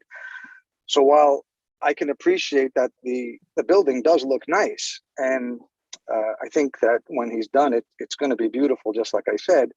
The issue is, I don't think that the only reason that we're stopping buildings, accessory buildings being in the front setback is because that they would overshadow the house. I don't think that's the primary reason or the only reason. The fact of the matter is, a 1,000 square foot accessory building, whether it's allowable or not, it's atypical for the area, for any modern home. So it's a big structure, and it's a big structure that's sitting very close to the street and directly in my home site path. Again, when it was drawn, if there was a sensitivity to the setbacks, the orientation would have been swapped, so that the shortest path would be looking at the setbacks, and it would have been touching, as his house does, the 100-foot line, and it wasn't done that way. My feeling is, before the approval for this structure is been given at a variance to the front setback, it should be refused to the rear, to the conservation setback. And according to my calculations, and I can only do it from folding up a piece of paper and sticking it on a computer screen, if it's placed at the 70-foot mark and it's rotated, it's not going to be sitting far into the 100-foot setback at all. But again, I think it should go through that process first prior to being put into the front setback, and especially so far into the front setback. As far as the grade changes, again, that's self-inflicted because that didn't need to happen. He raised that grade in both areas to maximize the value of the lot, and that makes sense, right? And good for him. You know, like I said in my letter, there were lots of people who walked away from that property because they never thought it possible. So I congratulate Mr. Bartlett for getting it done, and it's going to look great. But to assume that he didn't know about these things prior, I just don't think is reasonable. The generator should have no bearing on the barn.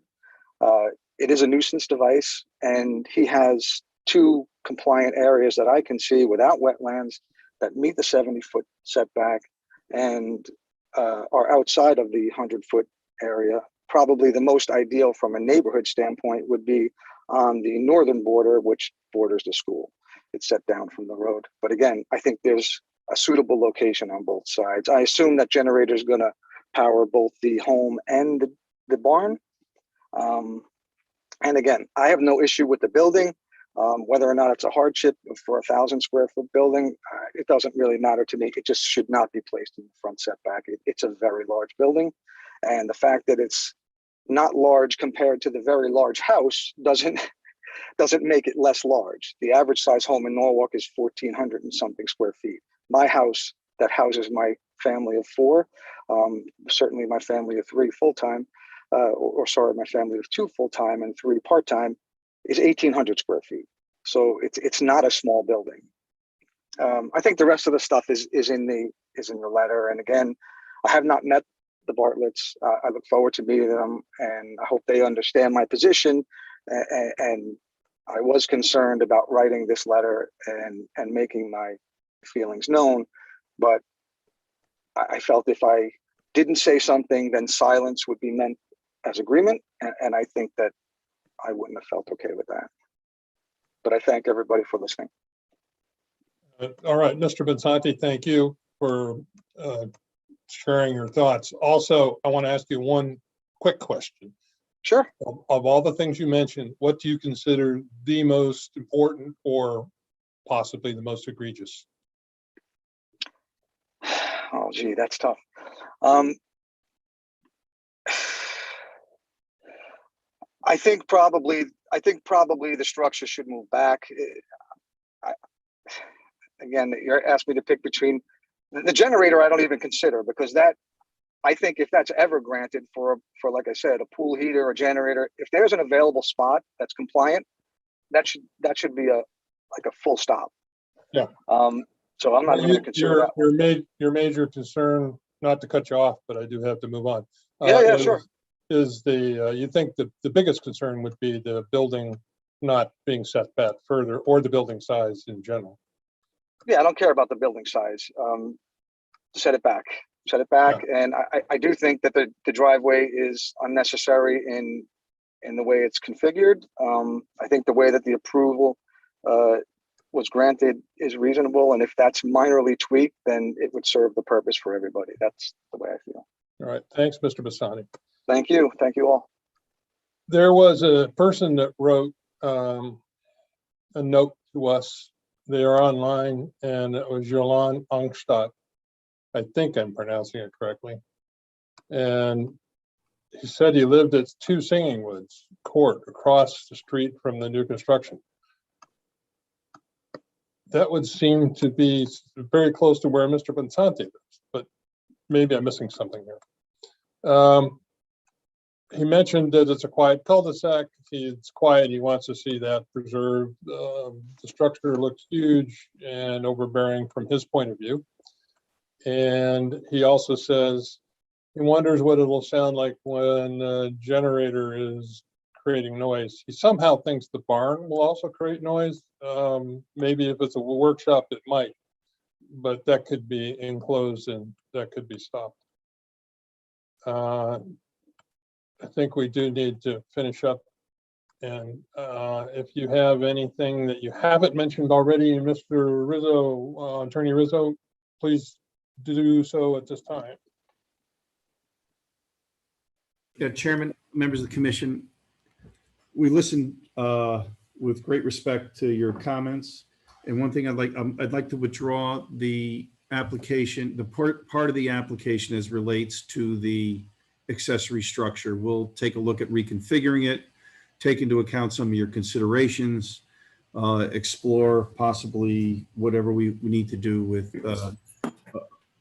pursuing maybe a permit through a regulated activity. But I think all of your suggestions are something, I honestly thought this was an excellent application. I thought it was fitting. I thought we had all the approval, all the reasons that would justify the variance. However, I think with the input from your commission tonight and your staff, we will explore those suggestions, and I'd like to respectfully request to withdraw that portion of the application. I do, however, wish to proceed with regard to the change in the driveway. We need the ability to turn around. We need to be the ability to access the property safely, the street safely. This will have absolutely no negative impact. We'll agree to a limitation on the width of the driveway to be no more than 15 feet, so there will not be the ability to park cars in front. We have no desire to park cars in front. We're building a quality home. We're not operating a used parking lot. However, we do have grave concerns about the strict enforcement of these regulations will lead to an unsafe condition. And we believe that with the proposal that we have for the driveway, that a variance would be warranted and have no negative impact on the surrounding neighborhood or any of the neighboring values or the health and safety and welfare of any of the residents of Norwalk. I think Just one quick one. With respect to the drive, you mentioned it's not directly across from the neighbor, but the neighbor somehow perceives that it is. right. I think the neighbor just stated that once he saw the additional plan, Mr. Bonsanti understood that was really just he had not seen the latest plan of the driveway. I think he was interpreting our I don't construction want to cut access. you off, but I'm trying to hurry up. So he'd not seen it. You're sure that it is not directly across? 100%. His drive. Let's just go really quickly to the. So there you see we're at the basic, as you enter the or exit the cul-de-sac, that is where our vehicle is. Keep in mind that also gives. Okay, and then his driveway is down by where the 15. Right. And I'll show you exactly where Mr. Bonsante's driveway is. Yeah, I don't remember seeing it in that overhead. I see it on this, yeah. It would not be directly across. Yes, okay. See, his driveway is much further south. It's more like, his driveway is probably in the middle of our house, Okey-doke. okay? We still Alrighty. had one more speaker, I think, one more public member. All right, and who would that be?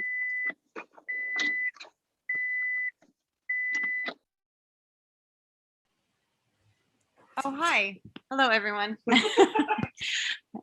you guys hear me? Yes. Yes. Hi. Actually, I had gotten the answer from Mr. Conroy about the generators. So my husband and I, if my daughter starts screaming, I apologize. She's right at my feet. But yeah, no, I mean, we're listening to everything, and we thank everybody for taking the time to kind of go over and explain this all, because this is very new. We bought our house 7 years ago and moved out here. And the quiet is basically what we love here.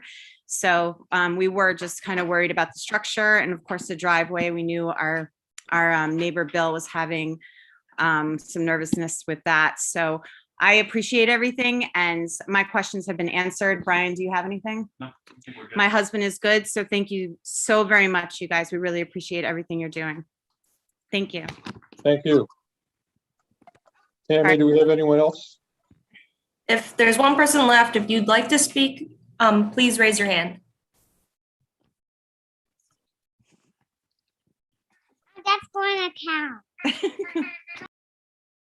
It doesn't look like it, Andy. You're all set. Okay. I think that might have been Mr. or Mrs. Ungstadt. And their small baby. So we're all set. You've done rebuttal. And so I think at this point with that withdrawal, the only thing that you need to think about is the generator, which we didn't really try to work on deciding. That was sort of a side issue, but you need to think about that one.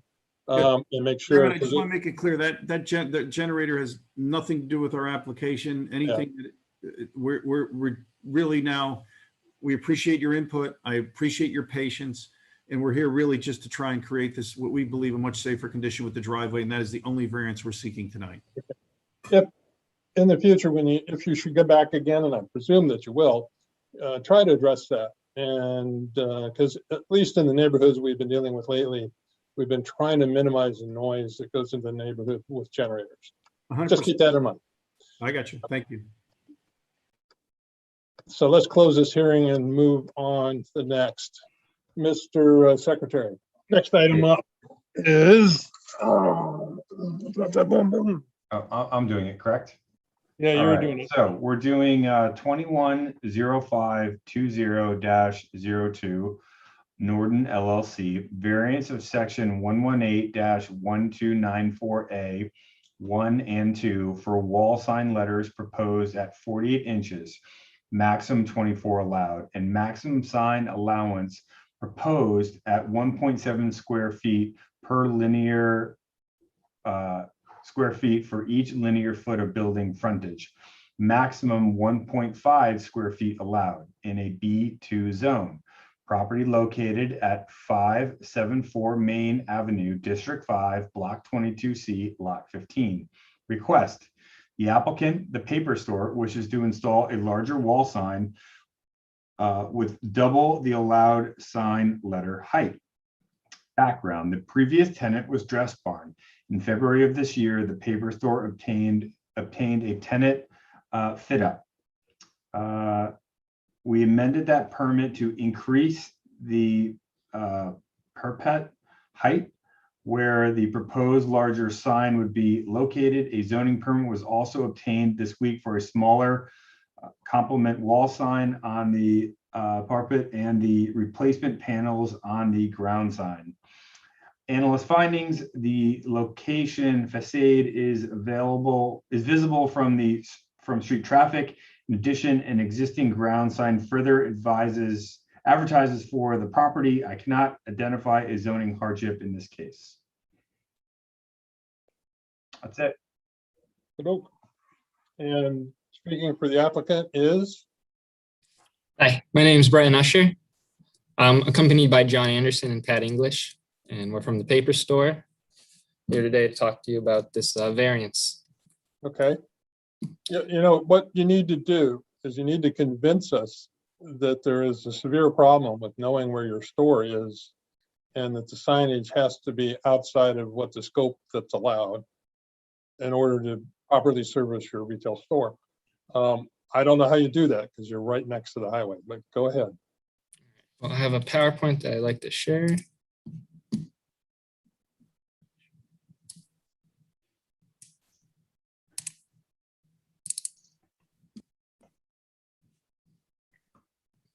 All right. Is it sharing the PowerPoint? I see it. All right. I like the sign. I think you need to somehow stay within what our strictures require, but I do like the design. So what I want to talk about tonight is the variance that we requested, practical difficulties that we face with existing regulations, and the benefits that this large sign will bring us. So as Greg just mentioned, here's everything that we were talking about. The lettering height being no larger than 48 inches in height. We were hoping for a 4-foot sign. And then in order to fit that sign, we need to increase the total area to 1.7 square feet. And that's in contrast to the 24 inches and the 1.5 square feet.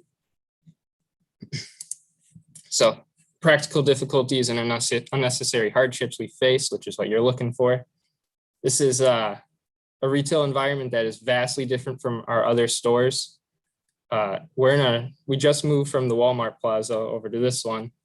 And this store is on its own in a plaza with no anchor store that fits our customer demographic.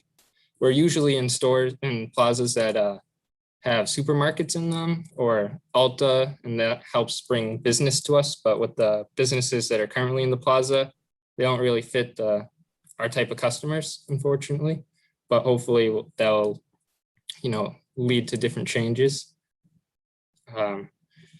This store is also a lot larger than the previous one at 12,000 square feet, with one of the smallest signs out of all the stores that we have. There's 84 stores, and this is definitely one of the smallest signs at 2 feet. It kind of looks a little silly. And it only covers 6% of the facade, whereas if we were able to get to that 4-foot sign, that would cover 23%. And it looks a lot better. You'll see later on when I show you pictures, the massive differences of it. And another difficulty is the small sign's not going to catch those passerby on the highway.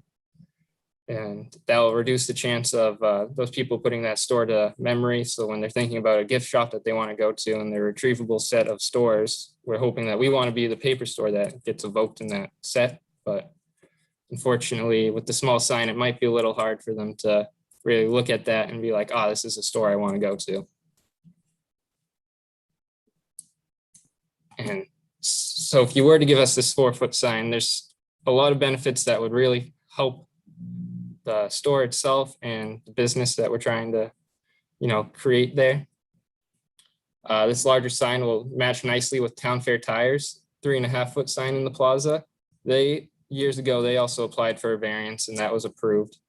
And I think our 2-foot sign next to their 3.5-foot sign in that plaza, it's not the best looking, and it might just not be appeasing to people who are driving by or people pulling into the plaza.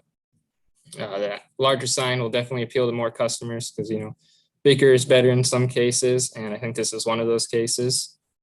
The drivers from Route 7 will be able to see the sign easier, and this may lead to them pulling in, which obviously will help get people to come into the store, learn what it's all about, and hopefully increase sales. And of course, moving to a larger store, the whole hope is that we increase sales. So a larger sign will definitely help with that. And if you think about the other businesses with the co-tenancy and everything with that, if more people are coming to our stores, then hopefully they come out of our store, buy something, and head over to maybe Town Fair Tire if they need something, or head over to the liquor store or the other surrounding businesses. And then the other way around for us too, maybe someone's going to the liquor store to get something, they'll stop at the paper store and try and buy something in there as well, since they're already in the plaza. And that larger sign will help draw them in and increase business for the whole entire plaza. And then a store that we recently redid is the store in Leominster, Mass. So that store, it doubled in size and it doubled the sign size also. And that has a very large sign on it. I think it's about 4 feet, which is what we're going for here. And that led to an increase in 25% in sales. So hopefully it's kind of the same idea here where we're moving from a much smaller store, smaller sign, and we're moving into a bigger store. And now we need to get that bigger sign to go with it and increase sales. And one issue that we do face there is moving. So people may not know where we moved to. And that might create a little trouble, but with a nice big sign, they'll know exactly where we are. And this overall will just lead to a more successful paper store. And hopefully it will bring more business to the plazas around that street on 574 Main Avenue. So here's the picture of the 2-foot sign. And we have it at 23 inches and that side's 19. And that's in a 30.3 square foot box with our 78 feet here. And now I'm going to show you a 3-foot sign, which looks 10 times better. And then you'll see the 4-foot sign, which looks 20 times better. So here's the 3. Looking back, you can already see there's just way more appealing. And then we have 4-foot sign, which is the most appealing. And I think it will bring in a lot of customers. It'll increase sales for the business. It'll increase sales for surrounding businesses like the liquor store. And we'll just create a good, strong powerhouse. You're asking, not to cut you off, but you're asking for the 4-foot sign. Did you somehow indicate that you would accept a 3-foot sign if we were to approve that? I didn't know that was in the application. It wasn't in the application, but I believe that if we got this approval for this application, then that would mean that we're in line to make that 3-foot sign if needed. You know, you're right next to the road, right? I mean, it's not exactly, we have reasons at time to give people the variance because their building might be 200 feet from the road or might be 10 stories tall. And for those reasons, people aren't going to necessarily see the sign. And so we allowed bigger signage. In general, we don't do this. Tammy, do you know why Town Fair got a larger sign? I do not. I suspect there's a variance. I can't see what the variance is for. I see the record of it in our system, and it was granted in 1993.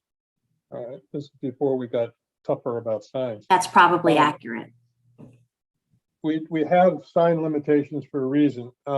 My aesthetic person, not my legal person, says that the 3-foot sign looks pretty good and that the 2-foot sign doesn't, and that the 4-foot sign seems out of scale. So, you know, if I were picking, and I'm not, by the way, we have a board of 5 people, a 3-foot sign would fly with me. I see a reason for doing it that way because of not because you want to be noticed so much, but because there are so many businesses in a row. And there is some zoning discussion about helping businesses stand out without getting way out of line. Do we have any discussion from our other board members? Just a quick question, Chris, here. How large is a Town Fair tire sign? I missed that part. Is it approximately the same size as the 3-foot sign, or is it just massive like the 4-foot sign? Is it, in other words, is it going to be consistent with that one, or is it much different? It's just 6 inches difference, I think. Yeah, it's not as big as a 4-foot sign. 4-foot sign is huge. I would, my only comment is that I agree with Andy, both in terms of granting a lesser variance in the current, well, I'll start by saying, you know, we've been trying not to grant sign variances, particularly where they're not far from the road and are quite visible. Under the circumstances, were I the applicant, I think I might go with what Andy has been talking about, which is asking for a 3-foot sign rather than a 4-foot sign, which again, it's a question of aesthetics, but I agree with what Andy said. I think a 4-foot sign looks overbearing. So could we go with the 3-foot sign then? You guys all seem to be in agreement with this. And I think Stand by. all right with that too. You're actually stretching with that. You guys are all in agreement. Yeah. Let me ask a couple of questions. What are you taking? Is your store going to occupy the whole plaza? Or will the other 2 small stores that are there now, Woman and whatever the other store, are they going to remain? What store? The stores that are adjacent in the same building as the paper store is moving to. The picture you sent showed It's, Geico and Dress Verizon. Barn and Yeah, something Dress Barn is Woman. gone. That's the store we moved. Yeah. I understand that. I wonder about the other 2 stores in your picture. The Woman store is in the picture, and some other store at the other end of the building. Are there 3 stores in this building or just yours? So there's going to be a Geico and Verizon. And how large are their signs? I do not have that information. So the concern that I have is that you're applying to increase the approved sign to become larger than the approved 2 feet.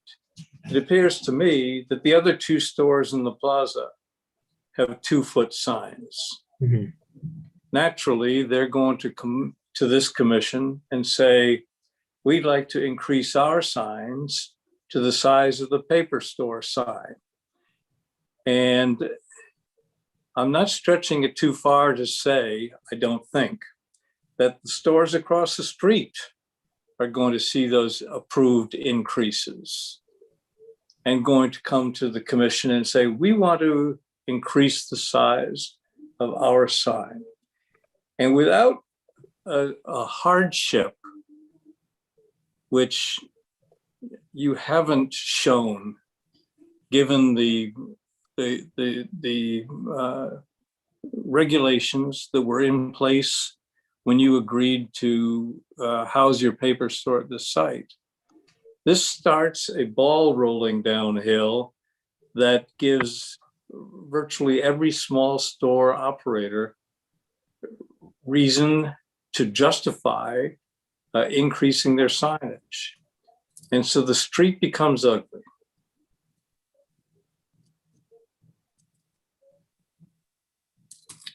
Well, what I want to say is that, so you call this a small store, but we're trying to build a brand here, and we can't do it with that 2-foot sign. We can do it with the 3-foot, but the 2-foot's just too small. And we have 84 stores. I looked at the stores across the street, and I don't believe that any of them also have 84 stores. So in order for us to build this brand, we definitely need to at least get that 3-foot sign. Well, hold on a second. I thought Tad's question was spot on, and I mistakenly assumed, or perhaps was misled by the presentation, that you were taking the entire space. To suggest that you would be front and center at 4 feet over 3 others when there are 3 stores seems to me to be an overreach. And I'm going to make an editorial comment. You've already built a brand. So I think if you've got 84 stores or 74, so to plead poverty and then you're trying to build a brand here, I think is a losing argument. Mhm. Can I make one comment? My name's Pat English. I'm the general contractor for the paper store. Comparing our space to the others in that general area, we're at 80 linear feet. Everything else in that plaza is 20 feet, 25 feet. If you go across the street, they're all the same thing. They're tiny. They're tiny shops that just, a 20-foot shop compared to another 20-foot shop next to another 20-foot shop where we're 80 feet long. We stand out. And with a small 24-inch sign, we'd like to stand out the same as everyone else.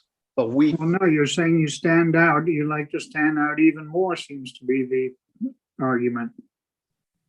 well, it should predict, it should, you know, the storefront is a big storefront. And with that should be the correct sign that goes on that storefront.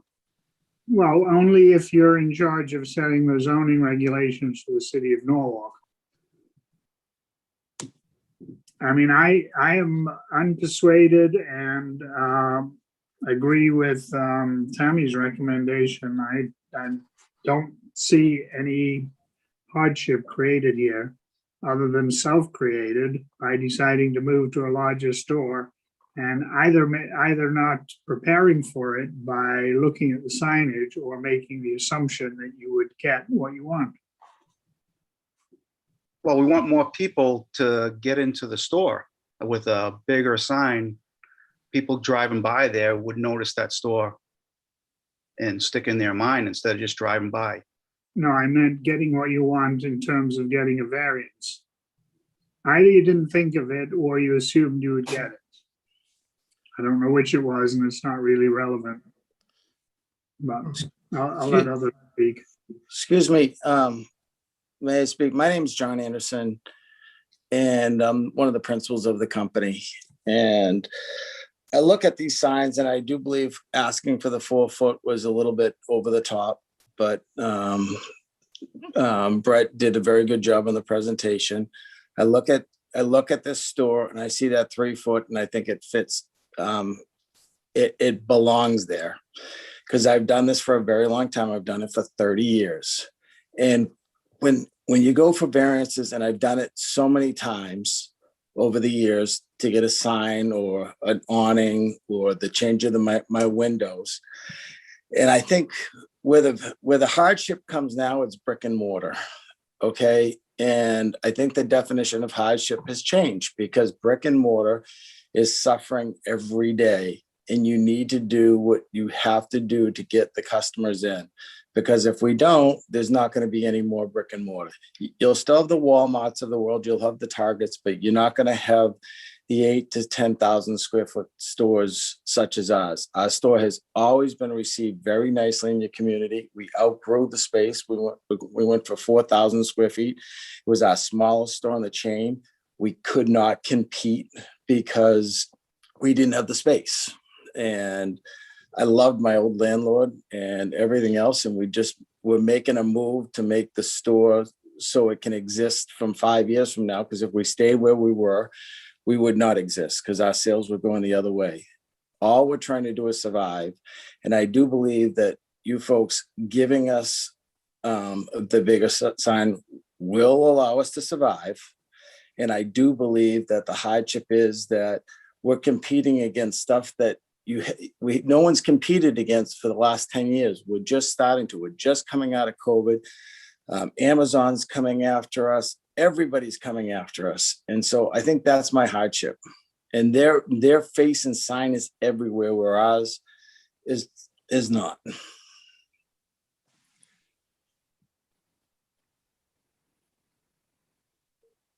Okay, I guess we're taking over the space from Dress Barn and Dress Barn Woman. Yes, ma'am. Elise. Yes, Elise, she closed her stores about a year ago. Okay, but you're taking over both spaces. We're taking over her whole space. Yes. She had co-tenants before. We took over her whole store. Yes, sir. And in that building is what, Verizon? That the one remaining? There's a Verizon and there's a Geico. There's a little insurance company and then there's a Verizon. Okay, and then if you keep going down the street toward the center of Norwalk, there's another brickish building next to you.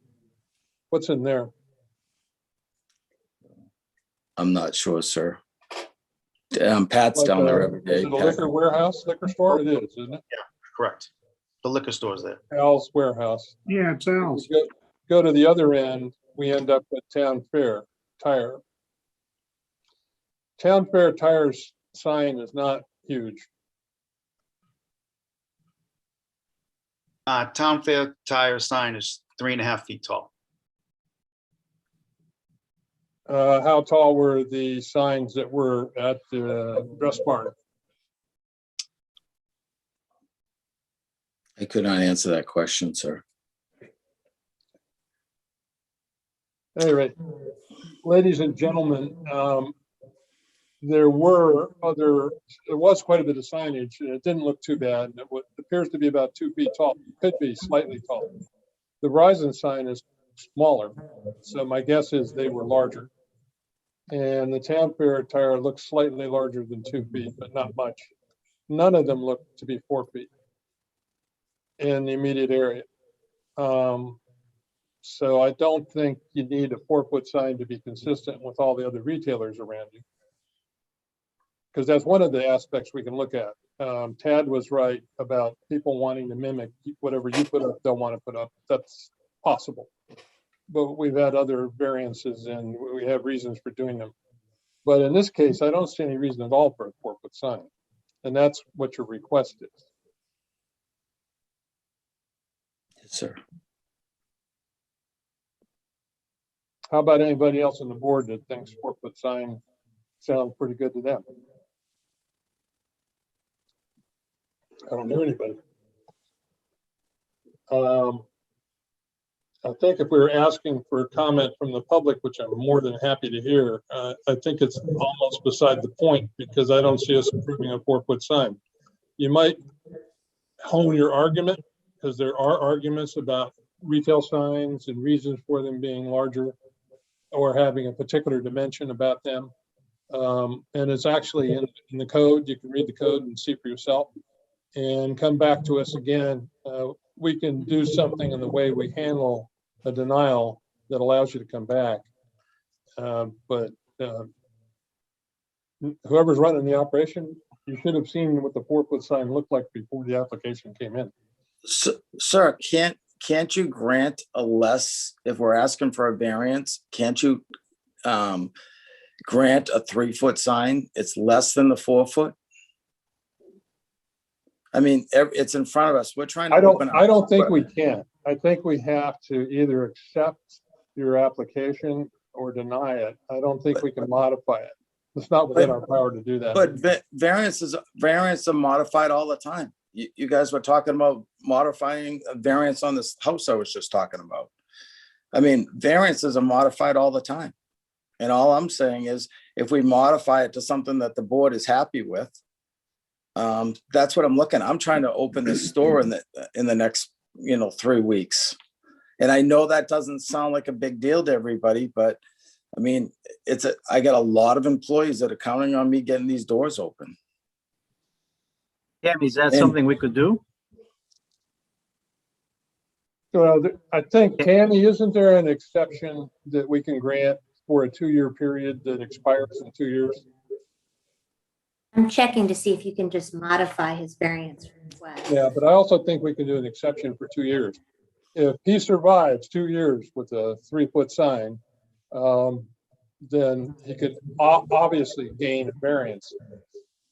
The one thing I would be concerned about, so you would be switching from a variance application to a special exception. A special exception doesn't require hardship, but I'm not sure that this would meet that criteria. However, what concerns me is in granting if you choose to grant a variance today or another time for this sign, you'd have to state the hardship. And it sounds like they're really selling a financial or stating a financial hardship, which is not allowed.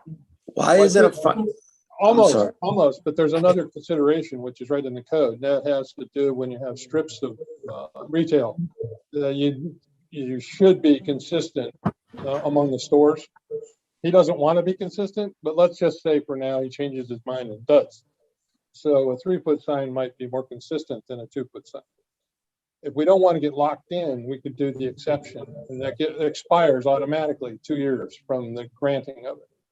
And he would have to then prove his case that that's the kind of signage they need.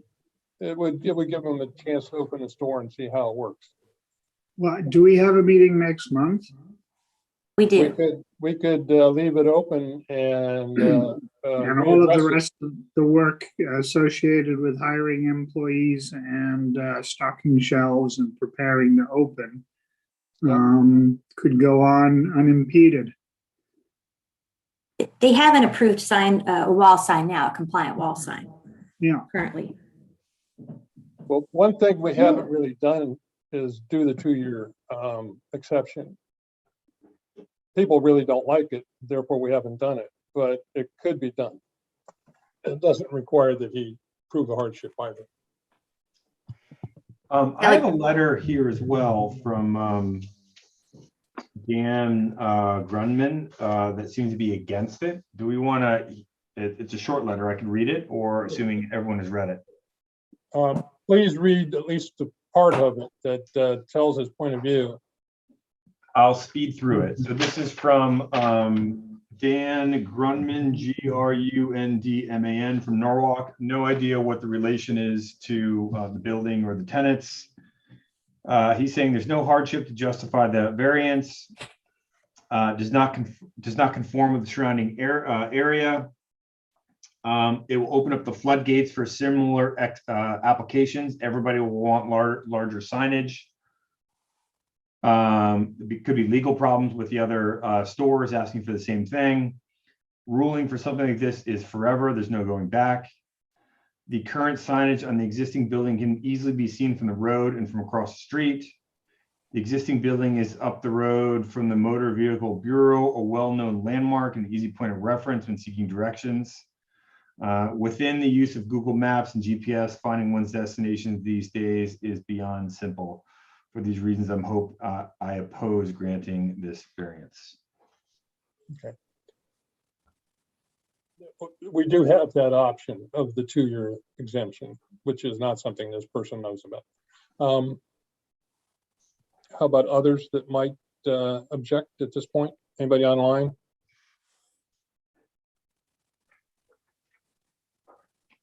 How about other questions from the board? John, would you be okay with a sign that's similar to Town Fair Tire? Because that seems to be the benchmark as far as large signs in that area. Is that something you'd be okay with? Isn't theirs 3.5, sir? I'm not sure. It just from what I'm hearing, it seems like Town Fair Tire has the largest sign, and if that would fit your. I think I would be, Because I don't want to postpone you. I want to help you get open and get you going. So that's what I'm trying to do. and I appreciate that. I'd like to ask Brett, what size was Town Fair Tire? 3.5, but I'm not sure what the whole box size was that they have. And I think at 3 feet, I'm absolutely willing to go away from 4 feet. I think if everybody looks at that sign, I think it looks like it belongs there. The other great thing about our signs is their what do you call them, Pat? I'm sorry. The signs that we use. Halo. They're all halo, so they don't jump out and they're not shining on the street. The light goes against the building. It's a very classy done sign. So, you're not lighting up the whole world. You're just lighting up behind the sign, which my landlords, I have 85 landlords and 99% of them absolutely love what we do with our sign because it's there and it doesn't pop out like we're a convenience store. Not that there's anything wrong with the convenience stores, but and I would agree. You have very nice stores. I shop at your stores. We think the products are great. I'm not sure whether we are at liberty to say that you can have a lesser sized sign. That's what we were discussing earlier, wasn't it, Andy? Yeah, when I was reading the zoning code, forget that you're launching off into that, and I see things in there that I forgot that were there. And they're talking about consistency across retail storefronts, and that being a reason to change the sign sizes, and their fonts and their color and a whole lot of things. But with that in mind, maybe we should just leave this open and readdress it next month after we find out more about Town Fair Tire and some of the other buildings in that immediate area. Because if they're larger now, there isn't anybody that's going to come to us and say, oh, you know, we want a bigger sign. I don't think that's going to happen.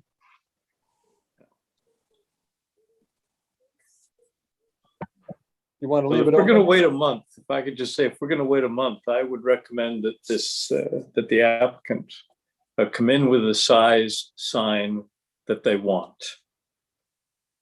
We aren't here to bargain 2 feet to 4 feet and settle on 3. Yep. I mean, aesthetically, the 3-foot sign looked best to me, but the zoning, the regulation says 2 feet.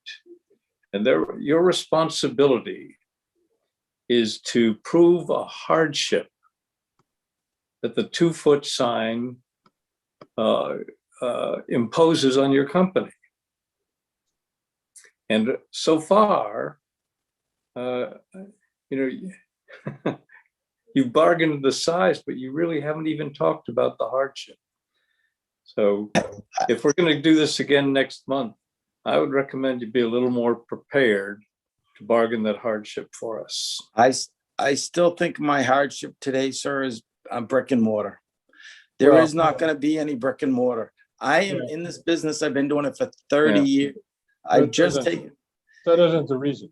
It is a hardship. Look at your sign from the street and do the 2-foot version, and then the sign from the street and look at the 3-foot version, because we do that kind of analysis quite frequently.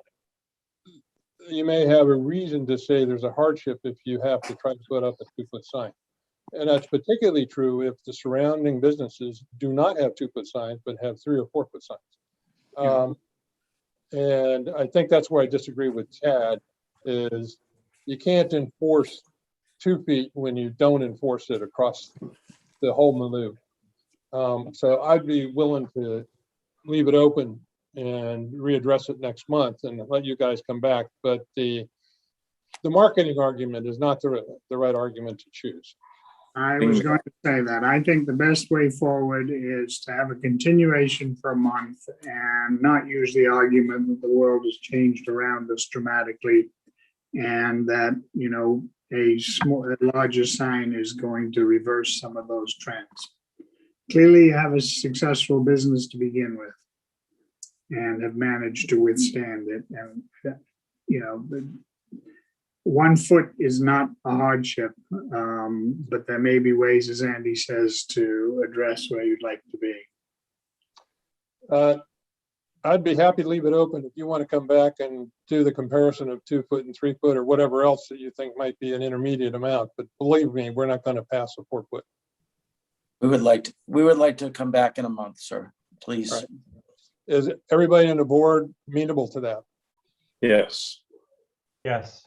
Okay, so we'll do that. We'll leave the hearing open. I won't close the hearing. And therefore, we're done with this, practically speaking, for tonight. And we'll take it up again in next month. If I close the hearing, we can't do that. So I'm going to leave the hearing open. Understood. Thank you so much for your time, folks. All right. Hey, John, just one thought here is like when we're talking about hardships, it can't be a financial hardship.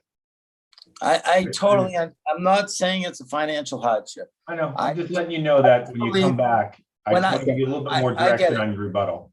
I understand, but all I'm saying is the hardships of retail is we're competing in against a different environment now. And that is a hardship. It may not be financial, but to survive, you have to be able to give us the marketing tools that we need to be able to survive. And I run retail for a long time. I've run a very successful chain. When you walk into this store, I promise you, Norwalk is going to be so happy to have it in their town. And that's the one thing I can tell you. And I do really, and I understand I've gone through this a million times, and I know I have to show hardship. And as you folks on the board know, it's very difficult to do so. But thank you very much for your time, and I look forward to talking to you next month. Thank you. Mr. Usher, you understood the discussion, I presume. Yep, I was listening the whole time. 2-foot versus 3-foot visible from the street. Yeah. All right, thanks. Thanks so much, folks. Have a great day. Bye-bye. What do we Okay. got next, Mr. Secretary? We're going to run overtime. If anybody disagrees with proceeding to overtime, tell me now. Okay, next item. All right, 210520-03, Catherine Tracy, special exception to separate two adjoining developed non-conforming lots in same ownership, section 118-800E2. Variances of section 118-340C for lot area, lot width, lot coverage, setbacks, and section 118-1220J, parking requirements for tax lot 04, demo and replace SFR, and tax lot 03, house to remain in B residence zone, property located at 1 and 3 Greenwood Place, District 5, Block 85C, Lot 103, 104. That was a mouthful. Request. The applicant seeks to separate two lots merged per zoning regulation. Each lot has an existing single-family residence. The proposal is to replace the smaller dwelling with a new single-family residence that would be constructed to be flood compliant. The proposal would also require parking requirement variance. Background: 1 Greenwood Place contains a 2-story single-family residence built around 1960. 3 Greenwood Place contains a 1-story single-family residence built around 1920. If variances, special exceptions are granted, this would be demolished and a new flood compliant home would be built. Analysis and findings. Both lots were created in 1909, predating zoning regulations. Both homes were built prior to the 1989 addition of section 118-800E2 into the zoning regulations. This regulation requires combining non-conforming lots under the same ownership. Variances requested for each lot, coverage, and setbacks are not greater than the existing non-conforming structure. Flood zone and lot creation prior to zoning regulations could be considered a hardship. That's it. Thank you, Mr. Secretary. Mr. Chairman, may we proceed? Hi, Liz. Thank you very much. Just a housekeeping item. Since it's past your 9:30 hour, I was wondering if you do want us to make a full presentation tonight, or if you want to open this hearing and continue it to next month since the hour is getting late. That is certainly up to you, and whatever your pleasure is, we will abide by it. Tammy, do you know what's coming up for next month? Do we have a full schedule? No, we only have one item that Ms. Suchi has on next month. Okay. Liz, do you feel that you want to take on an hour presentation, or do you want to do half a presentation, or what? Frankly, I would prefer to start fresh next month so that you have the opportunity to not only read what we've presented, but read the staff report, which we also just received this afternoon, which was fine.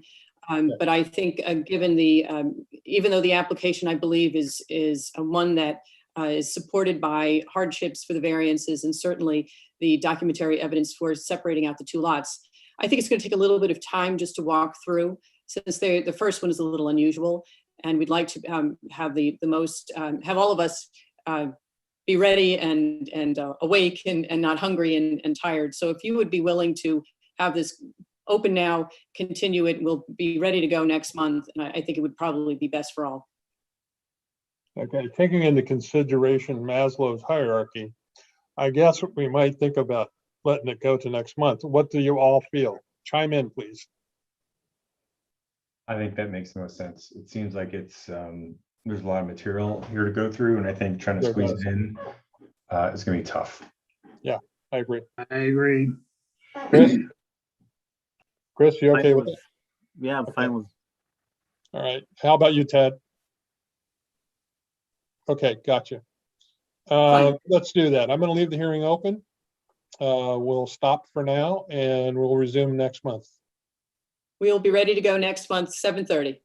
All right. And Catherine, Tracy, thank you for hanging in there. All righty.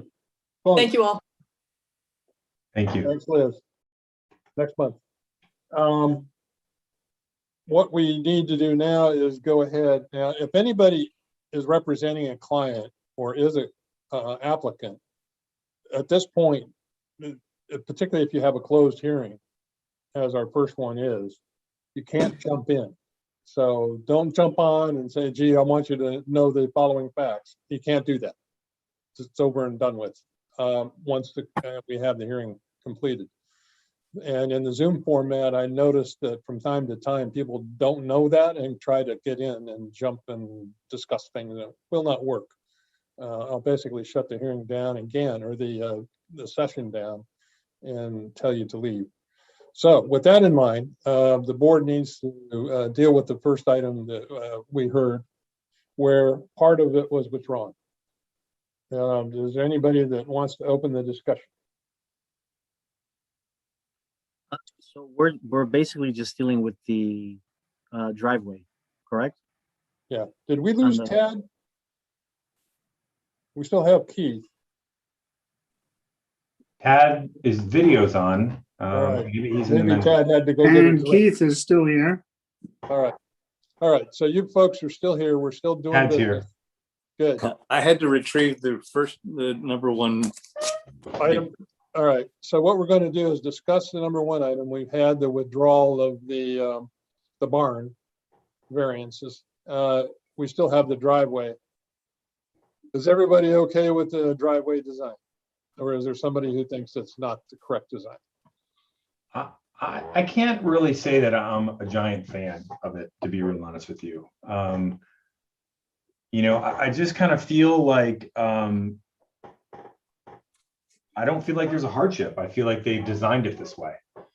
And they're on this funky lot, and I feel like they're trying to get everything out of it. To me, it looks like it's going to be a place to park cars.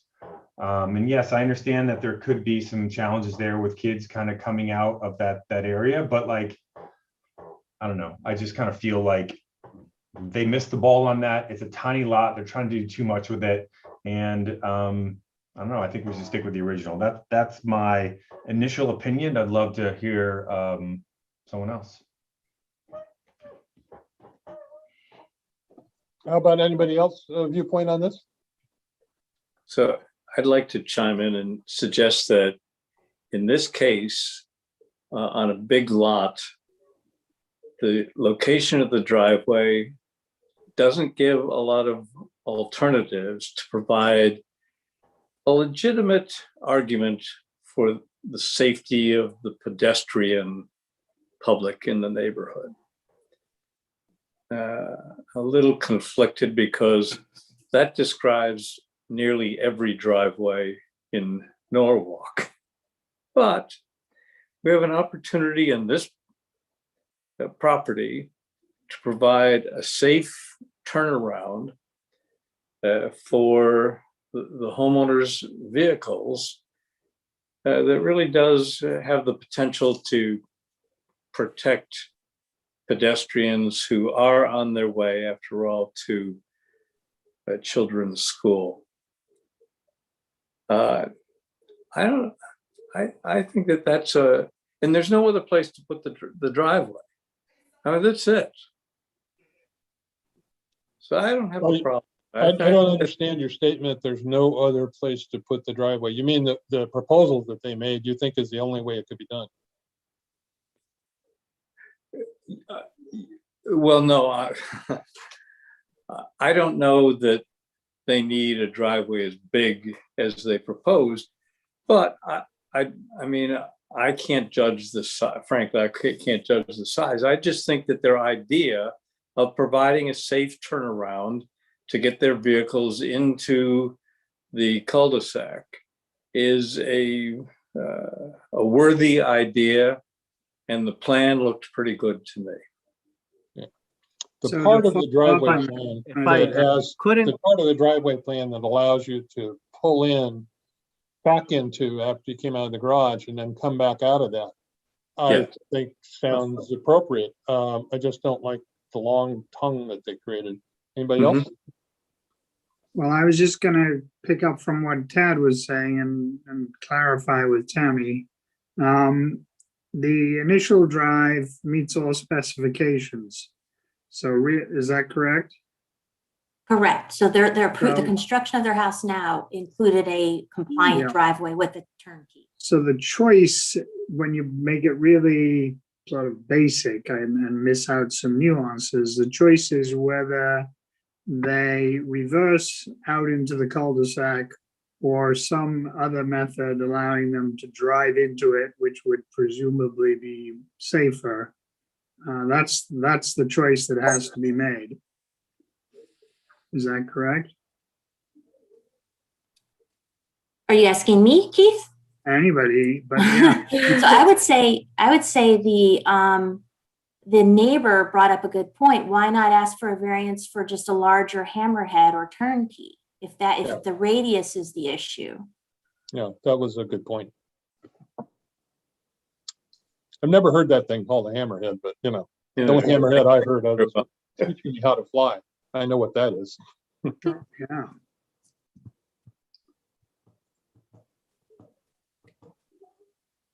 So how about you, Chris? What you think? I just think a lot of this, especially coming from a builder, was created by the builder himself. So, I mean, there could have been on the opposite end. Yeah. He spoke about grade, but I don't know how relevant that is. I don't either. Yeah. I mean, I don't mind, being able to back out in a hammerhead. It's just that I think every single, like Tad said earlier, there's so many homes that would want that if they could have that. I know, for example, zoning has gone into a lot of homes where their driveways have been extended past the driveways and have asked them to dig that up and put grass. So now we're actually asking the opposite of that. So I just want to be consistent. That's all. I understand the Tammy- safety issue. If I had the home, I'd want the same thing where I could back out. But then you have a builder, you have some big trucks potentially sitting there. You have the neighbors very upset. So that's what we have to think about. So. Tammy, we have allowed, if I recall, quite a few turnarounds to remain. It is when the turnaround got excessive and started to become 3 to 4 times longer, and obviously that was to park cars in front of the house, that we said no. But turnarounds in general, I thought we approved. We do it. So on their plan, they incorrectly stated that it was a required turnkey. Well, the requirement is that the turnkey is limited to 8 feet by 10 feet, so that you cannot park a car there. So if we were saying in this case that we're dealing with larger vehicles, particularly large contractor vehicles, if that's the case, and I presume it would be because I know Bartlett, the need to back those out and turn them around would take a larger space. We could provide that variance without providing the variance for the tongue, I presume. Or we tell them to come back, we'll see you next month, like everybody else.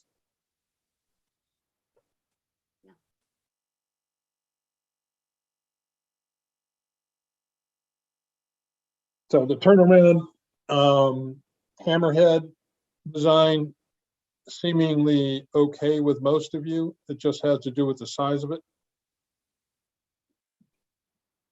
I agree with you, Andy. Yeah, I don't mind the hammerhead as long as it's consistent with what we've done in the past.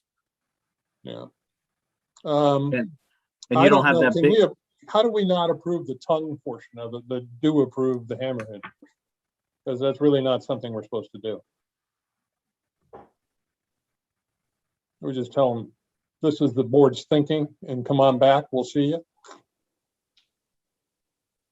All right, so we could disapprove it, explain our thinking like we've done in the past, and tell them what we're likely to approve if they were to bring it back to us. Deny without prejudice. Without prejudice, yeah. All right. How's that sound? Anybody like that approach, or you have a different approach that you like to take? I think that sounds like a good approach because I think it was, I'm not sure that it was Greg or Chris was pointing out, as did one of the neighbors. This seemed like a pretty sophisticated bunch who wanted to have it their way regardless of what anybody else might think. At the same time, I'm not at all in favor of backing into the street if it can be avoided. So I think if we try to, do what we're here to do, which is be helpful to how the city ends up looking, we go with what you suggested, Andy. All right, for, public safety purposes, I agree that we shouldn't have construction type vehicles backing out into the street at the point that they would. So I think the hammerhead, as they call it, would be a good idea.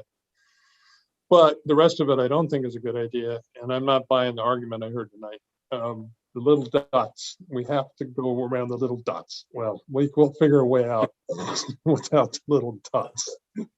So what we could do is deny it. Is there a motion to deny without prejudice and suggestion to the applicant that some sort of hammerhead would be acceptable, but the long tongue would not? I'll second that. All right. Shall we vote? All in favor? Yes, in favor. Aye. In favor? Yep. Anybody against? No. Do I see a hand against? Nope. All right, done. Thank heaven. Can I ask, for the record here, when they come back to us, I'd love to get the distance between when the mouth of their proposed driveway is and the exit of that path there, because 40 feet is a lot. That's like half of my front of my house. But I'd like to just get an idea of like how close that is and how much of a concern it is. I think it would make it a little bit more relevant for me. Yeah, maybe they could stake it out, take some pictures and put dimensions to the picture. That would work. Okay, Tammy? Just something like that. Like, look, I'm not, I'm not advocating that we're running over kids here, but I want to make sure it's a real problem. And the neighbor doesn't feel like it is, but let's see. Is the applicant still on? I don't. He may be. Mr. Rizzo. Yeah, Ray is still on. He may be on listening. I don't know. He knows he can't talk, so I wouldn't blame him for not saying a word. But yeah, he's on. Somehow we got it. That long tongue thing's got to go. He's coming in. All right, so he hears you. Okay. All right. Terrific. I think we're done, and we're also exhausted. So, but somehow next month we got to speed this sucker up a little bit. We have time for minutes. Yes. We have more things to do, I'm sure. Move the approval of the minutes from the last meeting. Yeah. Anybody want to move them? I just move it. Oh. Second, Second? either one. All right. Seconded by Keith, and all in favor? Aye. Done. Next. Anything else on the agenda?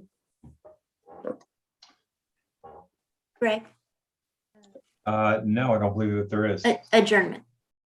Oh, good. I make a motion to adjourn.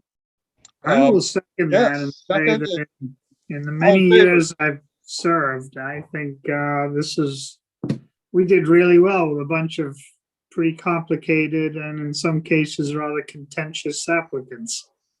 So I don't know how people reward themselves, whether it's a drink or an ice cream, but I think it should.